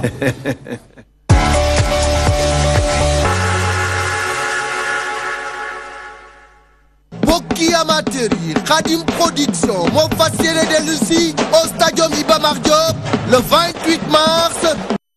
Le journée boole ay espoir yu doy waar xale yu weqat Gakou 2 école de lutte Balla Gaye mooy jàkkaarloo ak Caatu Yoff écurie Yoff Mbolo boobu war a nekk drapeau Diaw Fara monsieur PS coordonnateur du mouvement Barème 2019 banlieue en action pour la réélection du président Macky Sall en 2019 invité d'honneur du monsieur Karim Sall combat spécial Sall Bambey moo ci jàkkaarloo ak bébé Bisbi drapeau Bassakho di mécanicien bu nga xam ni bu jógee askan bépp jóg combat préliminaire Santos moo ci jare ak Lo Shot numéro 2 Fay Biram war ci jàkkaarloo ak Boy Walo Auguste war ci jàkkaarloo ak George Bush Mambala numéro 2 war ci jàmmarloo ak Yemu Dakar Mana war ci bëree ak Dout Seck numéro 2 Bébé Wuli moo ci jàmmarloo ak Reenu Guy gi Kanabas war ci bëree ak Pape Morlo numéro 2 Lat Dior war ci jàkkaarloo ak Baro waaye nag bés boobu Khadim Production mi ngi ci ànd ak Diaw Fara jël lépp delloo ko son excellence le président de la République Macky Sall Marième Faye Sall première dame présidente fondation Servir le Sénégal madame Aminata Touré envoyé spécial du président de la République honorable député Awa Niang questeur à l'Assemblée nationale responsable des femmes de Pikine Pape Gorgui Ndong ministre de la jeunesse monsieur Modou Mbène Diop directeur Ndiambour Essa responsable APR ca Yeumbeul Sud monsieur Abdou Karim Fofana directeur de l'agence du patrimoine bâti de l'État docteur Cheikh Kanté ministre en charge du PS monsieur Issa Diop coordonnateur de la jeunesse Benno Bokk Yakaar de Pikine maire de Pikine Est monsieur Abdoulaye Timbo coordonnateur de la ville de Pikine ak l'ensemble des membres de la CRIC Sénégal et de la diaspora waaye nag fàttewul monsieur Mouhamadou Makhtar Cissé directeur général de la Sénélec kon nag bokki amateur yi rendez-vous le 28 mars au stadium Iba Mar Diop ànd ak Khadim Production Gakou 2 war ci jàkkaarloo ak Caatu Yoff combat spécial ba Sall Bambey moo ci bëree ak bébé Bismi ci wàllu sponsor Khadim Production mi ngi ci ànd ak Kër Jeeg gi tout ce qu'il faut pour votre ménage ak soxna na fi Fallou Fall la célèbre voyante ba ca xam-xam bu sell ba kon nag mbir mi ngi war a am le 28 mars au stadium Iba Mar Diop en direct sur la DTV.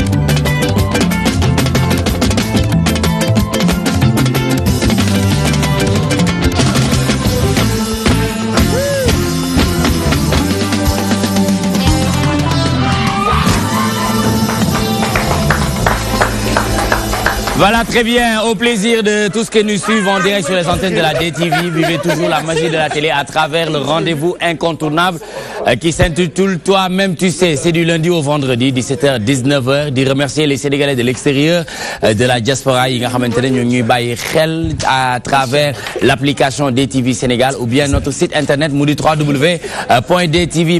donc gis ngeen yëfi comme nu mu mel jamono yi nii xam ngeen ne miin ngeen ko ci Toi-même tu sais. waaye di def mention spéciale à Jean-Ousmane Gueye tey muy anniversaire am ñu koy souhaiter joyeux anniversaire santé bonheur prospérité succès et puis njaboot bi yàlla def ci barke bu baax a baax donc Pape Diouf ba tey extrait de cet nouvel album muy Enjoy donc ñu déglu morceau bi nga xamante ne moom mooy sa nijaay mu ci rendre hommage nijaay yi ñun tamit ñu ci rendre hommage suñuy nijaay yëpp waa Langue gi waa Sicap Rue 10 sama nijaay yooyu maa ngi leen di sargal bu baax a baax nga indiwaat originalité indiwaat li nga xamante ne moom mooy qualité par rapport à cette musique mais ñu bëggoon ñu dellu si waat ci paroles yi message yi nga xamante ne bàkk nga ko nijaay. waaw parce que sama nijaay daf ma daan wax naan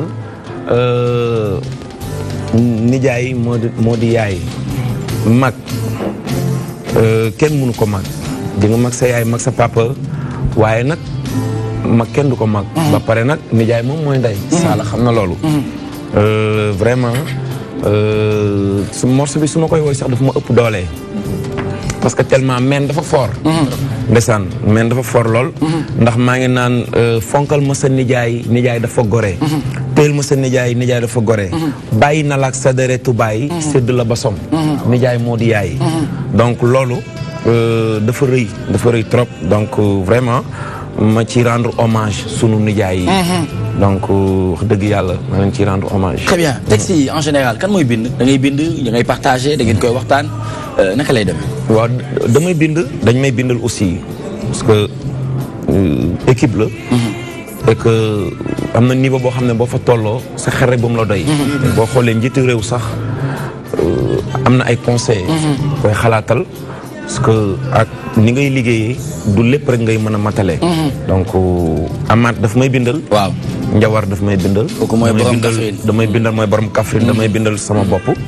donc mu nekk travail d'équipe boo xam ne vraiment macha allah. très bien te équipe buy gagné kenn du ko changé. déedéet loolu la ñu wax de loolu la ñu wax de on ne change jamais l'équipe qui gagne. Alaaji Sala mu nga yëg ko loolu dem nga bay wax ne sax nijaay mooy sa morceau. ana lan nga ciy yëg. pratiquement dégg gu ma yeneen yi nag mais man daal jàpp naa ni nijaay mooy sama morceau. parce que bi ma ko dégg yeneen ni am na lu ma ci yëg paroles yi. xamoo ni mën a waaxu xam fa nga jëm ko gën. mën a waaxu neex na lool mais xam fa nga jëm ko gën te dama ko ma jaari jaay sama maam ba mu xeex ak dameel rey ko dañ ne neexum ngont. yóbbu ko de day rawale ji bakkanam. ndeysaan te nijaay. nee nañu sax yomal xiyaam. di nga jub baay mu daw nga jub yaay mu daw nijaay rek mooy nangu ni kii de sama xeet. moo tax xeetul mooy assumé. xeet moo xeetul jàmm te nijaay mooy xeet. très bien te ci séeréer yi nijaay day doon jarbaat day doon. macha allah moo tax nijaay bi mu ko wooyee. waaw comme pratiquement man aussi dama amoon benn attache sama nijaay. sama nijaay dafa ma daan tungoom bu ma yóbbu. ma am ay souvenir sama nijaay. moo tax bi mu wooyee rek paroles yi. mu mel ni man lay waxal. nga fàttali démb. way balaa moo neex. kii woy nga yaakaar ni kii sa histoire lay nekk. waaw c'est vécu. te tey yow leer na ma yàgg seen nijaay am ngeen benn jaar. bien sûr mais Pape Diouf xanaa sama histoire lay wax. tout à fait c'est ça loolu mooy woy. très bien. woy balaa moo am sens dëgg day yeete digle xamle. mbaa mu njëriñ la boo ñu gisee sa bopp rek am ndeysaan nag. dëgg la te tubaarkàlla den bu sin waali jërëjëf xam naa ci leen de. merci l'ami du président. course bu ne am na. waaw waaye plus fort daal taxul fort faible. dëgg la waaw yéen ñëpp nag fort ngeen waaye plus fort ngi. très bien jërëjëf Alaaji Sall bi Guèye Ndiaye toujours égal à lui-même li ñuy def nag Pape Diouf mooy dañuy ànd ak Moustapha Guèye ci chronique bu am solo bi nga xamante ne saa yu jibee rek askan bi jëlee ci waat njëriñ jëm ci sécurité ak prévention mu war a waxtaanee transport interurbain quand le maraudage devient numéro 1 c'est vrai que mais quand le maraudage devient numéro 1 ça pose un problème donc tout de suite ñu ànd ak moom léegi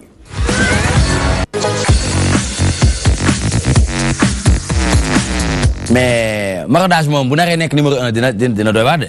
mais nekk na numéro 1 ba pare mais balaa ñu dugg si loolu. waaw dañu nekk ci lu ñuy woowee semaine internationale de la courtoisie au volant. d'accord.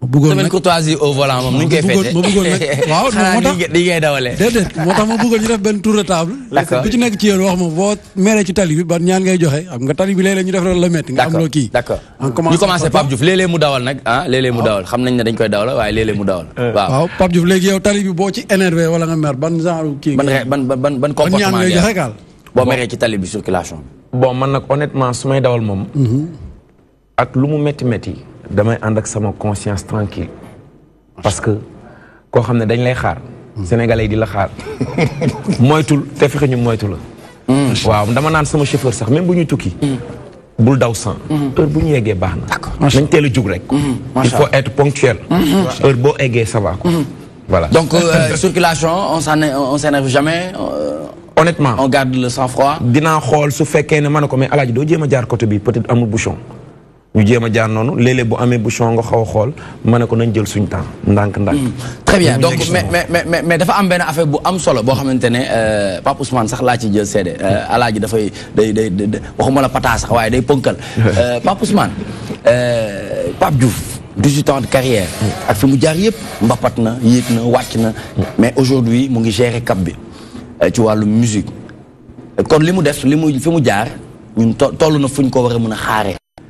TMTC 17h lay commencé Pape Diouf 16h30 mu ngi fii une façon de sensibiliser les autres artistes yi nga xamante ne à chaque fois ñu ngi leen di tegal benn plateau de rêve plateau nii pour ñu def seen prestation wane seen bopp ngir Sénégal àddina war leen mën a xam ginnaaw moom mooy ponctuel ak fi mu jaar yëpp ndax nee nañu autorail bu jibee gare day corné ba ñëpp xam ne yegsi na donc loolu dañ ko ci saluer di ko ci delloo njukkal waaye tamit di ci ñaax ñi nga xamante ne ñoo ñuy seetaan te bëgg di ñëw ci émission bi nii dafa am solo heure la après l'heure ce n'est plus l'heure monsieur Diouf boo nekkee ci volant si digg circulation nga énervé looy tàmm di ban comportement ngay am bon xanaa sentiment de compréhension parce que damay xam ne jamono toll na foo xamante ne léegi kenn àndatul ak xelam à tout moment et à tout temps ce qui fait que yow doo xool nit ki par rapport ak moom ci boppam mais da ngay xool nit ki comme sa bopp d'accord xam ne xëy na la ko téye ba xelam nekk fa ba mu mën a indi en tout cas mu def lu tax nga waroon ko mën a mere soo xalaatee ne mënoon nga nekk fa mu toog rek déjà foog naa ne war mën na la giifal très bien Alaaji Sall très rapidement man na wax dëgg yàlla man du ma mer ci volant parce que man damaa bëgg musique saa yi ma duggee yow gis nga su ma duggee ci li may njëkk a def mooy duggee CD damay bëgg sax yoon wi bu mu gaaw pour ma mën a déglu woy yu bare du ma énervé damay dawal géwél laa daal man très bien kon yow boo nekkee ci circulation boo nekkee ci digg ñàkk tamit circulation looy wax. je passe. kon du ma mer. pourquoi tu passes. non je passe. non mais tolloo buñ ci yow ba ngay passe fii kenn passe da ngay très rapidement bon dawalaguma de mais. waaw non boo nekkee ci oto waaw boo nekkee ci oto wala di wax sax conducteur yi booy dawal moom boo nekkee ci digg circulation na nga lucide déjà na nga am réflexe ba nga xam ne situation bu ñëw di nga ko mën a affronter. d'accord di ko ñaax conducteur yi. xool ni ngay def waaye wax dëgg quoi. li ngay def nii xool ko. Mohamed ko mënee wax ak moom. déception souvent damay sentir déception ci comportement. xam nga tali. dafa nekk yenn ci cadre yoo xam ni da nga ciy gis discipline nu nit. yaram ak jikkoom. et souvent nga gis gars yi def ay yenn affaires yoo xam ni da ngay am déception quoi. tu te dis pourquoi. jaru ko. d'accord gars yi dañuy am comportement. billaahi li mu wax nii noonu laay def damay rus c'est-à-dire damay rus. am benn te rus boobu noonu après li may wax mooy xoolal cuune bi xoolal benn jour barki dem noonu nga defoon. lala waaw non man la waay bàyyi ko waay du ma génne sama bopp du ma wàccee vitre di wax ak yow sama vitre yaa ngi yéeg li may def mooy damay commenter ci biir oto bi man ak volant bi ñuy waxtaan waaw non mais c'est loolu sax mooy wane ni kon donc moom li muy dawal moom mi ngi respecté na li muy def. parce que mi ngi gis kii infraction bi muy def. ba nga xam ne kii li muy def c'est pas normal. donc kon mi ngi ci biir. waaw noonu laay def. waaw kon waa plateau bi tey génération consciente lañ bokk. waaw ñun ñëpp waaw ba tey d'accord. voilà donc pour ñëw ci contexte bi mooy le maraudage. maraudage comme ni ma ko waxee woon keroog genre xeetu sàcc la. parce que mooy lan. mais Thiandoum waxaguñu bu énervé naka lay wax ah. waaw Thiandoum ba léegi Thiandoum il faut que Thiandoum wax. mais justement en parlant de Thiandoum te ñu ngi wax maraudage xam nga ànd nañ maa ngi ñu jiit ak moom. benn waa di ko arrêté. waaw waaw ñu dem laa mujjee. waaw te loolu ci xeetu maraudage taxawul nag xaw ma nag li ñu nekkoon ci ginnaaw la am déet. waa ji arrêté na ko d'accord dafa mel ni waa ji daa xam. yaa ko wax de da nga jël say responsabilités. mais yow sax woo nga ne waa ji Moustapha yaa ko fësal de. ku nekk ak waxam. yaa ko wax du saa wax la yow. voilà donc je disais que ne. d'accord en fait dafa am concept bu xew Europe bu ñu tuddee covoiturage maanaam tey jii yow booy voyage def ay 500 kilomètres mën nga dem ci benn site nga bind fa nga ne par exemple damay def telle distance ku mu intéressé mën nga ñëw ñu ànd. mais nekk ñoo xamante ne vous êtes 4 ngeen partagé yoon bi su ma dawalee 2 heures kii dawal 2 heures kii dawal 2 heures ça permet non seulement ñuy relayante ci volant bi. ñuy reposer di respecter temps de repos yi sans pour autant ñuy taxaw chaque 2 heures temps pour ñu temps mais loolu ça se fait dans la gratuité mais fii nii Sénégal lu ñu constaté mooy da ngay dem ci yenn point yi nga fekk fa ay oto yoo xamante ne dañuy taxaw di jël client comme les véhicules de transport en commun pour yenn distance interurbain yi Dakar Thiès Mbour au même moment ñu ngi am benn gare routière boo xamante ne mi ngi tudd Beaux Maraîchers ñu ngi ko defar à hauteur de 8 milliards pratiquement. mu am capacité d'accueil 1500 véhicules. yow soo demee Beaux Maraîchers nga toog ci benn oto mën nga fa def 2 heures temps oto bi du génn parce que tant que oto bi feesul du génn gare bi. donc yow soo génnee gare routière bi dox dem taxaw ci benn point. waaw benn waay ñëw seere jël la. ànd ak yow dem fay. te xamuñu danger bi si nekk mooy lan. mooy nekk kii def transport en commun. non seulement c'est un professionnel du transport loolu la war a def mais aussi il a un véhicule qui est assuré mais au même titre que les voyageurs yi mu yàpp ils sont assurés bu accident amee assurance bi day dédommager les personnes transportées. D'accord. Alors que yow sa oto yow Nicolas assurance bi nga jël ça ne prend pas en charge ñooñu parce que c'est des personnes yoo xam ne xamuloo leen. nga dem jël leen ñu fay leen. tey jii nii su accident amee bu ñu defee enquête ñu xam ne c'est des personnes yoo xamante ne dañ la fay. même bu ñu dee assurance du dédommager seen famille. loolu moom mooy premier inconvénient bi. deuxième inconvénient bi mooy gare routière bi nga xamante ne taxawal nañ ko. mu war a mën dox du dox.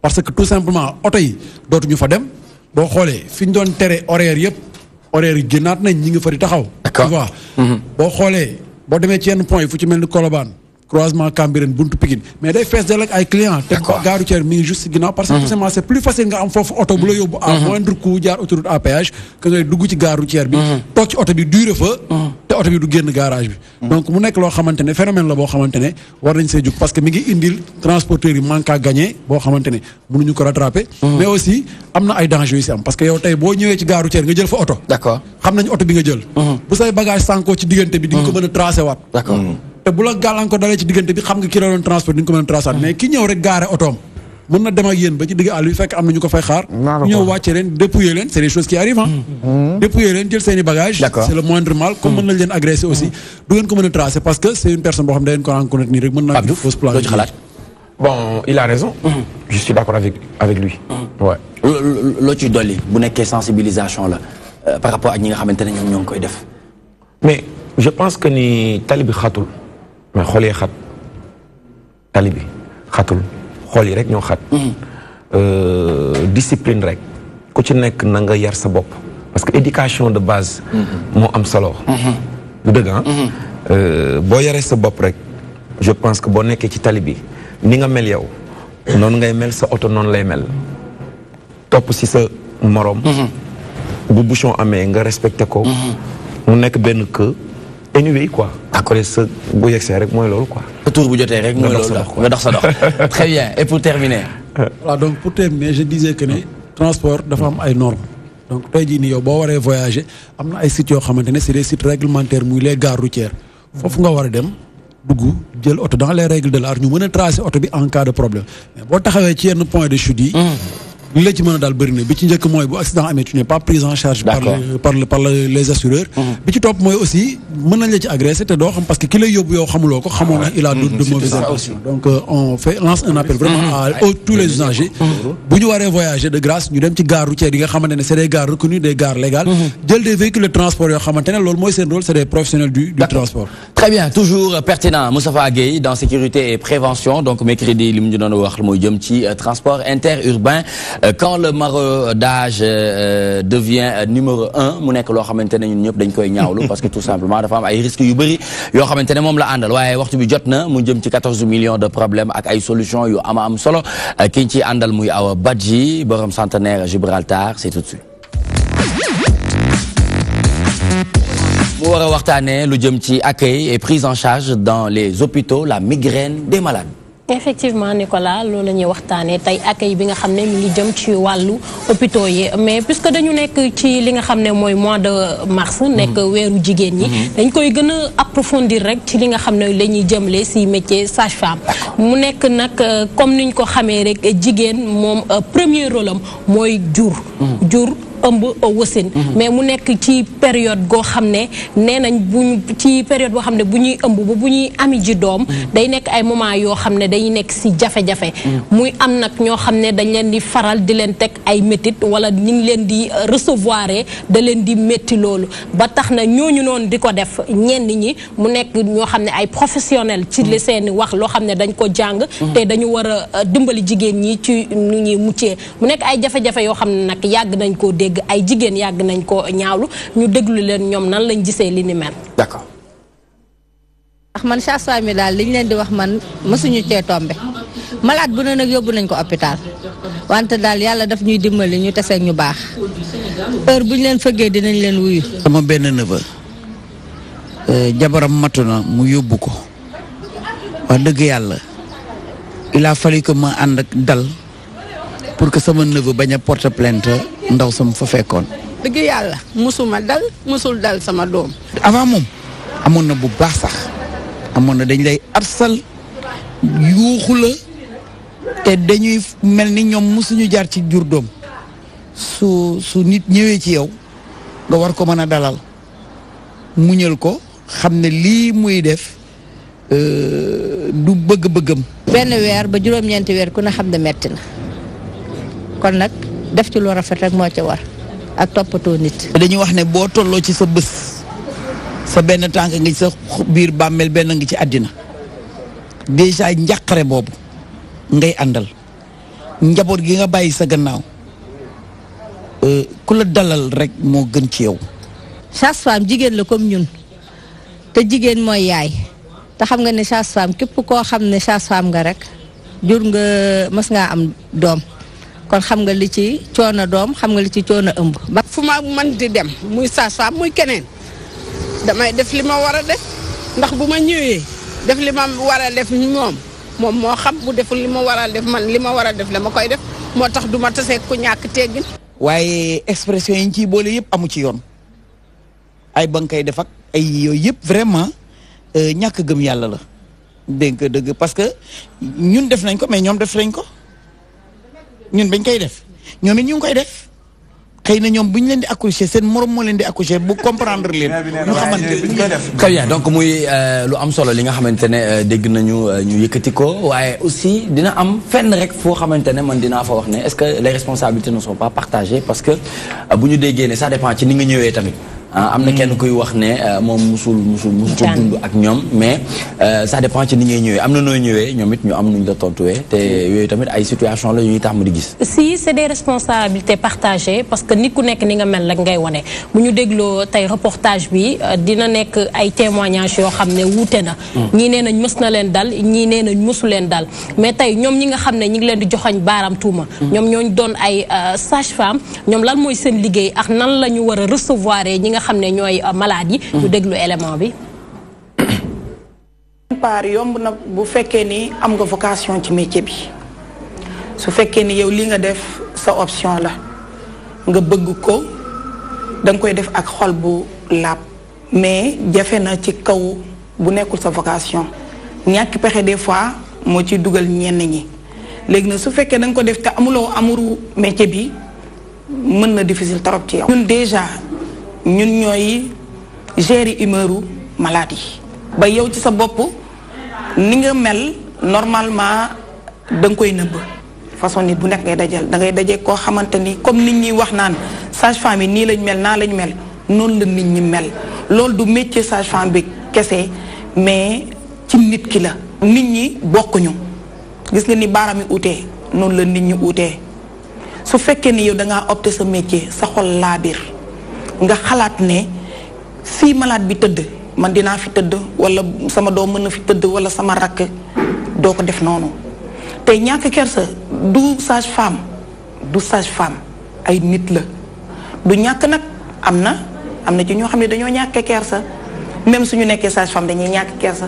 suñu nekkee journaliste muy dëgg parce que sage-femme jigéen la. jigéen nit la ah te bu ñu nee jigéen mooy société donc dafay baax léeg-léeg tamit nit ki mettre à la boppam à la place de l'autre pour mën a xam effectivement lan la ci yëg ak lan la soxla ci jumtuwaay wala bokk ci soutien. waaw muy noonu parce que lu bëri luy faral di dal mooy maladie yi patiente yi ñoom bu ñu demee foofu ku nekk yow da nga ñëw ak sa métit léegi dañuy bëri léegi ku nekk dañuy bëgg sage-femme bi nekk parfois ñoom dañuy am problème effectif dañuy bëgg sage-femme bi fa nekk ñëw di la chuchoter topp ci yow kese léegi kële moom bu ko bàyyee da ngay dégg mu naan man ñëwul ci man faalewu ma mu génn di yàq seeni der wala ñoom ci sage-femme bi mi ngi koy reconnaître ne am na si ñoo xam ne dañoo ñàkk kersa mais dafa fekk ñooñu li ñuy liggéey laabirul li ñuy def laabirul ànd seen xol wala fakkastal moo tax ñu dugg li nga xam ne mooy métier sage-femme parce que ñoom dañu prêter serment bu ñu defee seen formation ba pare dañuy prêter serment yëkkati seen loxo ndeyjoor waat ni ñoom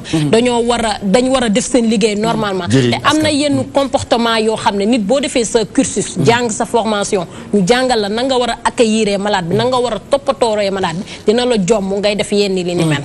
Très bien, merci beaucoup Awa Badji. 14 millions de problèmes dégg nga li nga xamante ne Pape Diouf Awa yëkkati na ko léegi nii jëm ci accueil et prise en charge ci hôpitaux yi ñuy wax ne malade yu bëri nekk na seen feebar na donc ñu bëggoon la laaj est-ce que mos nga dund si cas yu mel noonu maanaam ànd ak nit di ko yóbbu hôpital wala ngay dem di fekki nit ci hôpital nga gis yenn comportement yi nga xamante ne en général ñu ngi koy joxañ ñii di liggéey ci hôpitaux yi.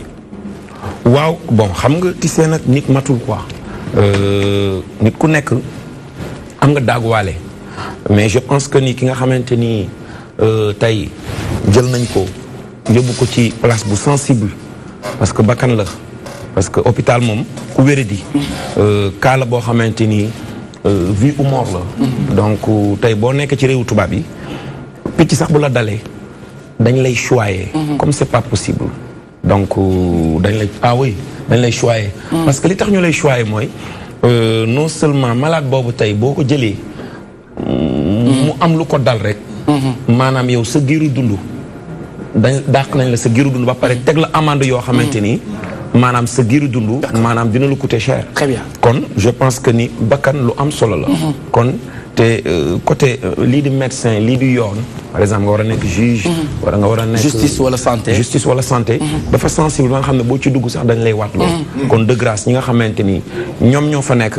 gënuñu ñi feebar parce que même ñoom dañuy feebar du ma ne nag ñëpp a koy def dëgg la mais ñàkkul ñoo xam ne ñi ngi koy def donc nañu delloo si waat seen xel te xam ne yàllaa leen teg foofu ndax ñooñu koy soxla tey ñooñu mënoon nañ fa nekk bu ñu ñëwee ñu jël leen en charge su fekkee ne aussi fees nañu nañu communiquer ak ñoom ba nga xam ne vraiment traiter leen de manière vraiment loyale quoi. D'accord dafa am solo dégg nga li Pape Diouf wax donc tey mercredi bi lii nga ñu fi indil solution yi gis nga ku ci nekk am na ci xalaat waaye ñu bàyyi la nga jeexal.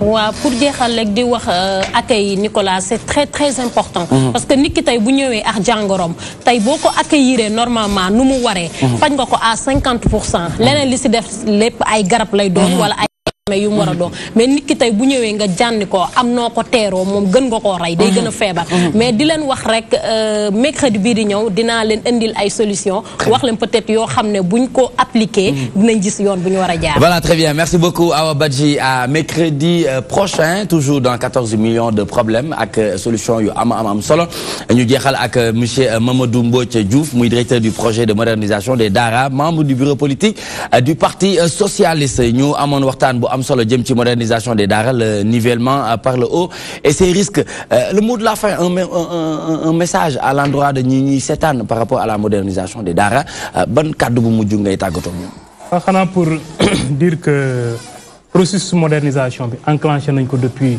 plus de 4 ans. fi mu toll nii yegg nañ foo xamante ne xëy na ci résultats yi la ñuy yegg nañ ci phase u commencer exploiter utiliser résultats yooyu donc di ñaax askan wi.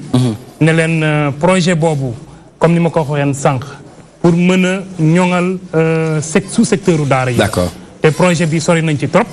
xanaa li ma ciy dolli rek comme temps baa ngi jeex. na mooy mode de financement bi.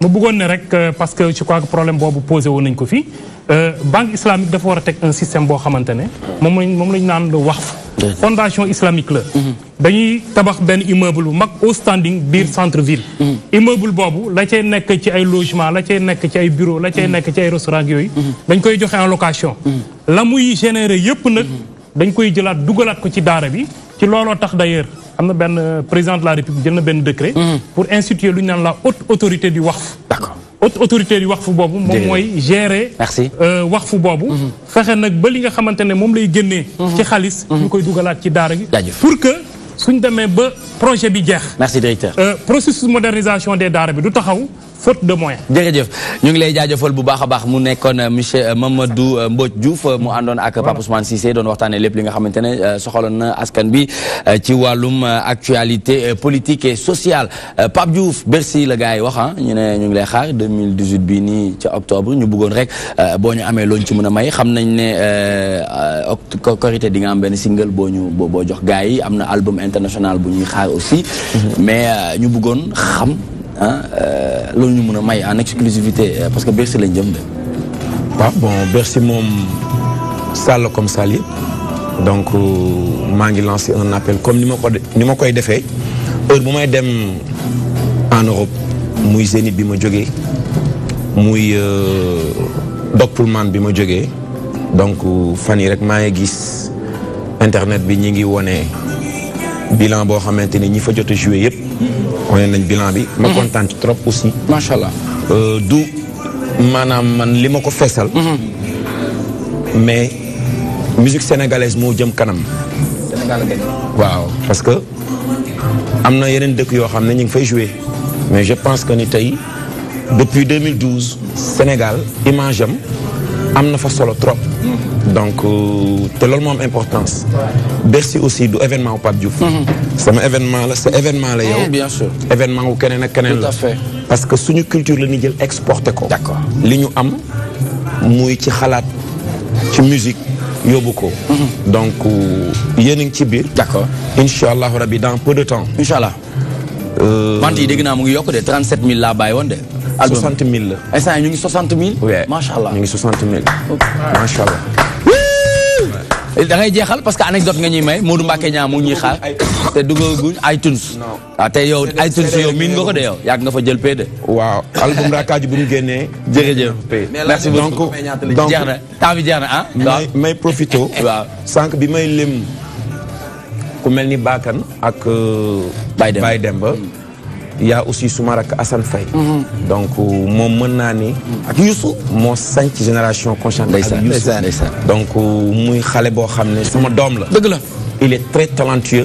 di def liggéey boo xam ne bu ma neex la te nag ma kontaan ci moom. loolu Assane d'accord maa ngi koy remercier bu baax a baax a baax. jërëjëf la génération consciente. très bien c'était tout on était en présence de Pape Diouf leader de la génération consciente avec un album disponible sur le marché national et même international composé de 10 titres muy waajal yu am solo na ngeen ko jëndi bu baax a baax kon boog ñu ngi leen di sant di leen gërëm di leen jox rendez-vous demain ànd leen ak Modou Mbacké ñaa ci xibaaru mbarax bi programme bi di continuer di wéy sur la magie de toutes les télévisions sénégalaises vive la DTV.